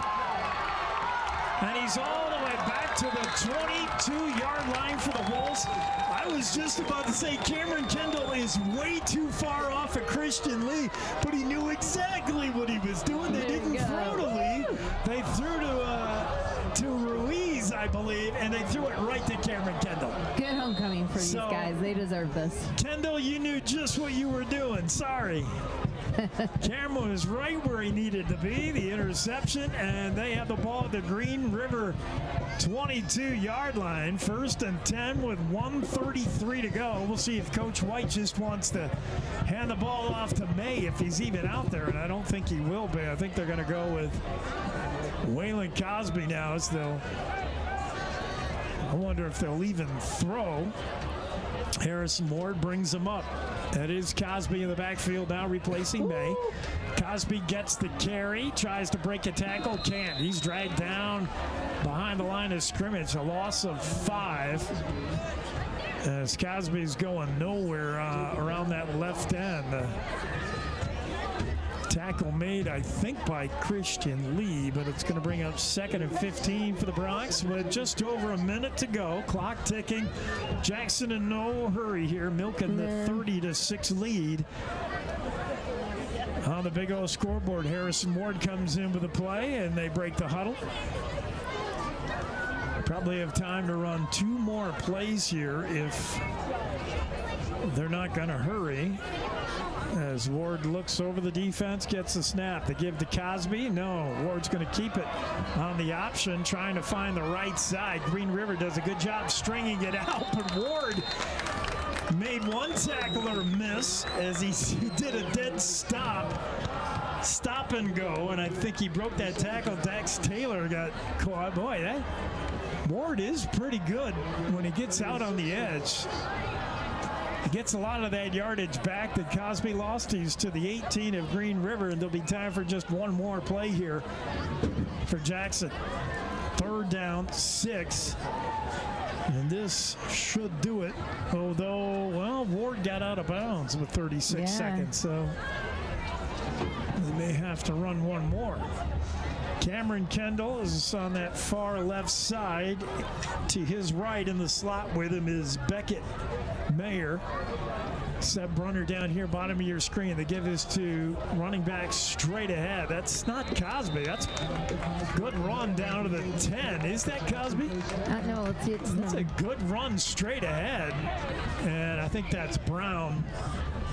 1st down, 25 seconds. I think Jackson's got to run one more play. 20 seconds? Sure. Yeah, I think that Let's just score one more time. David Brown, I believe. So we'll see if Jackson has to run one more play. Maybe not. Down to 5 seconds. And they're gonna do it. They're gonna run one. What do you think? There's the snap. Whistles beforehand and timeout. Green River's calling the timeout. That coach, I think that if that is Kevin Cuthbert, I think he might be upset Jackson was even running a play there. If Jackson had to, I don't know. But his headset's down on the field. That timeout was, I think, just, I think he's not happy with Coach White running a play there. Well, don't we only have like 1 second left, or are they going to put time back on? I don't know. If I had to guess, though, I believe the Green River coaching staff is not happy Jackson's not A, taking a knee, or B, Jackson tried to run that final play when they didn't have to. And maybe they did. I don't know what the play clock was at. We don't see the play clock. There's a give straight up the middle again, and the tackle made, and this one's over. And out comes the black hole. Get a shot at that. Wow. Black hole pouring out of the field in the camo, and Jackson gets the win over the Green River Wolves. It's a final. The Bronx 30, the Wolves 6. Well, they're waiting. They were told to wait. On the big old score, I have to wait until they got to shake hands. Yeah, I'll go back and get it. That one looked pretty cool. Black hole in effect tonight. Great way to have a homecoming. Yeah, super good. Well, hopefully Jackson can carry some of this momentum in the next week when the Panthers come to town. But they got to clean up a lot. That wasn't the greatest game from the Bronx, but it'll work. It's a win. Win's a win. There were some pretty plays. There were, definitely. 30-6, the final. If you didn't hear earlier, Star Valley took care of Cody in convincing fashion in Cody's home field. And where are the Bronx going? And they're going to go under their own goalpost. Now the black hole's going to chase them. They're all going to head towards the goalpost. They're not going to take the goalpost down, I don't think, but they all want to gather there under the far goalpost, as you can see on our YouTube video. We'll stay with it right here. It's a pretty cool scene. Actually, the team is going to group, and you see the fans letting them have just a moment here. Yeah. As Jackson wants to just huddle it up and do whatever post-game stuff they usually do, and then you'll see the Bronx just break this huddle and certainly greet the Black Hole fans. Good win for Jackson. Green River's got a long trip home, still winless. Jackson with the win improves to 1-2 in conference play. They're 3-4 overall. I didn't dare put on something. But a big conference win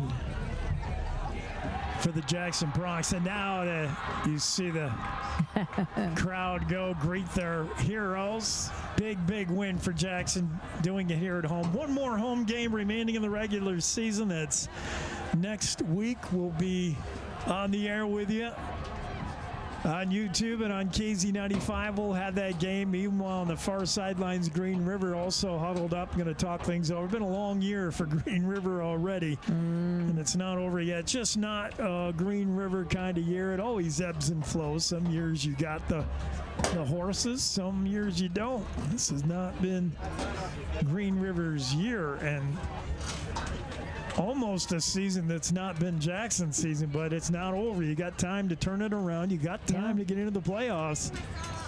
You just got to play your best football in the next 2 weeks. Powell and Star Valley remain on the Bronx schedule. And we'll wrap it up right here and now for you from Jackson, Wyoming. Tonight's action brought to you by our friends at Jackson Lumber, Jackson's original board store. The Town Square Inns at Jackson Hole, including the Antler Inn, Elk Country Inn, Cowboy Village Resort, and 49er Inn and Suites. Wyoming Department of Transportation, keeping our highways safe. Big Old Tires, a reputation you can ride on. High Country Linen, Jackson's premier rental service for linens, uniforms, and entry mats. Great Northern Coffee. Find out what a difference that old brew method makes with your morning cup of Java. For Jackson Hole Radio, I'm Jake Nichols alongside Kimmy K. We got to get out of here. We'll see you next week, Friday. Powell, come to town. We'll have it all for you on your home of the Bronx, KZ95 of the Jackson Hole Radio Network.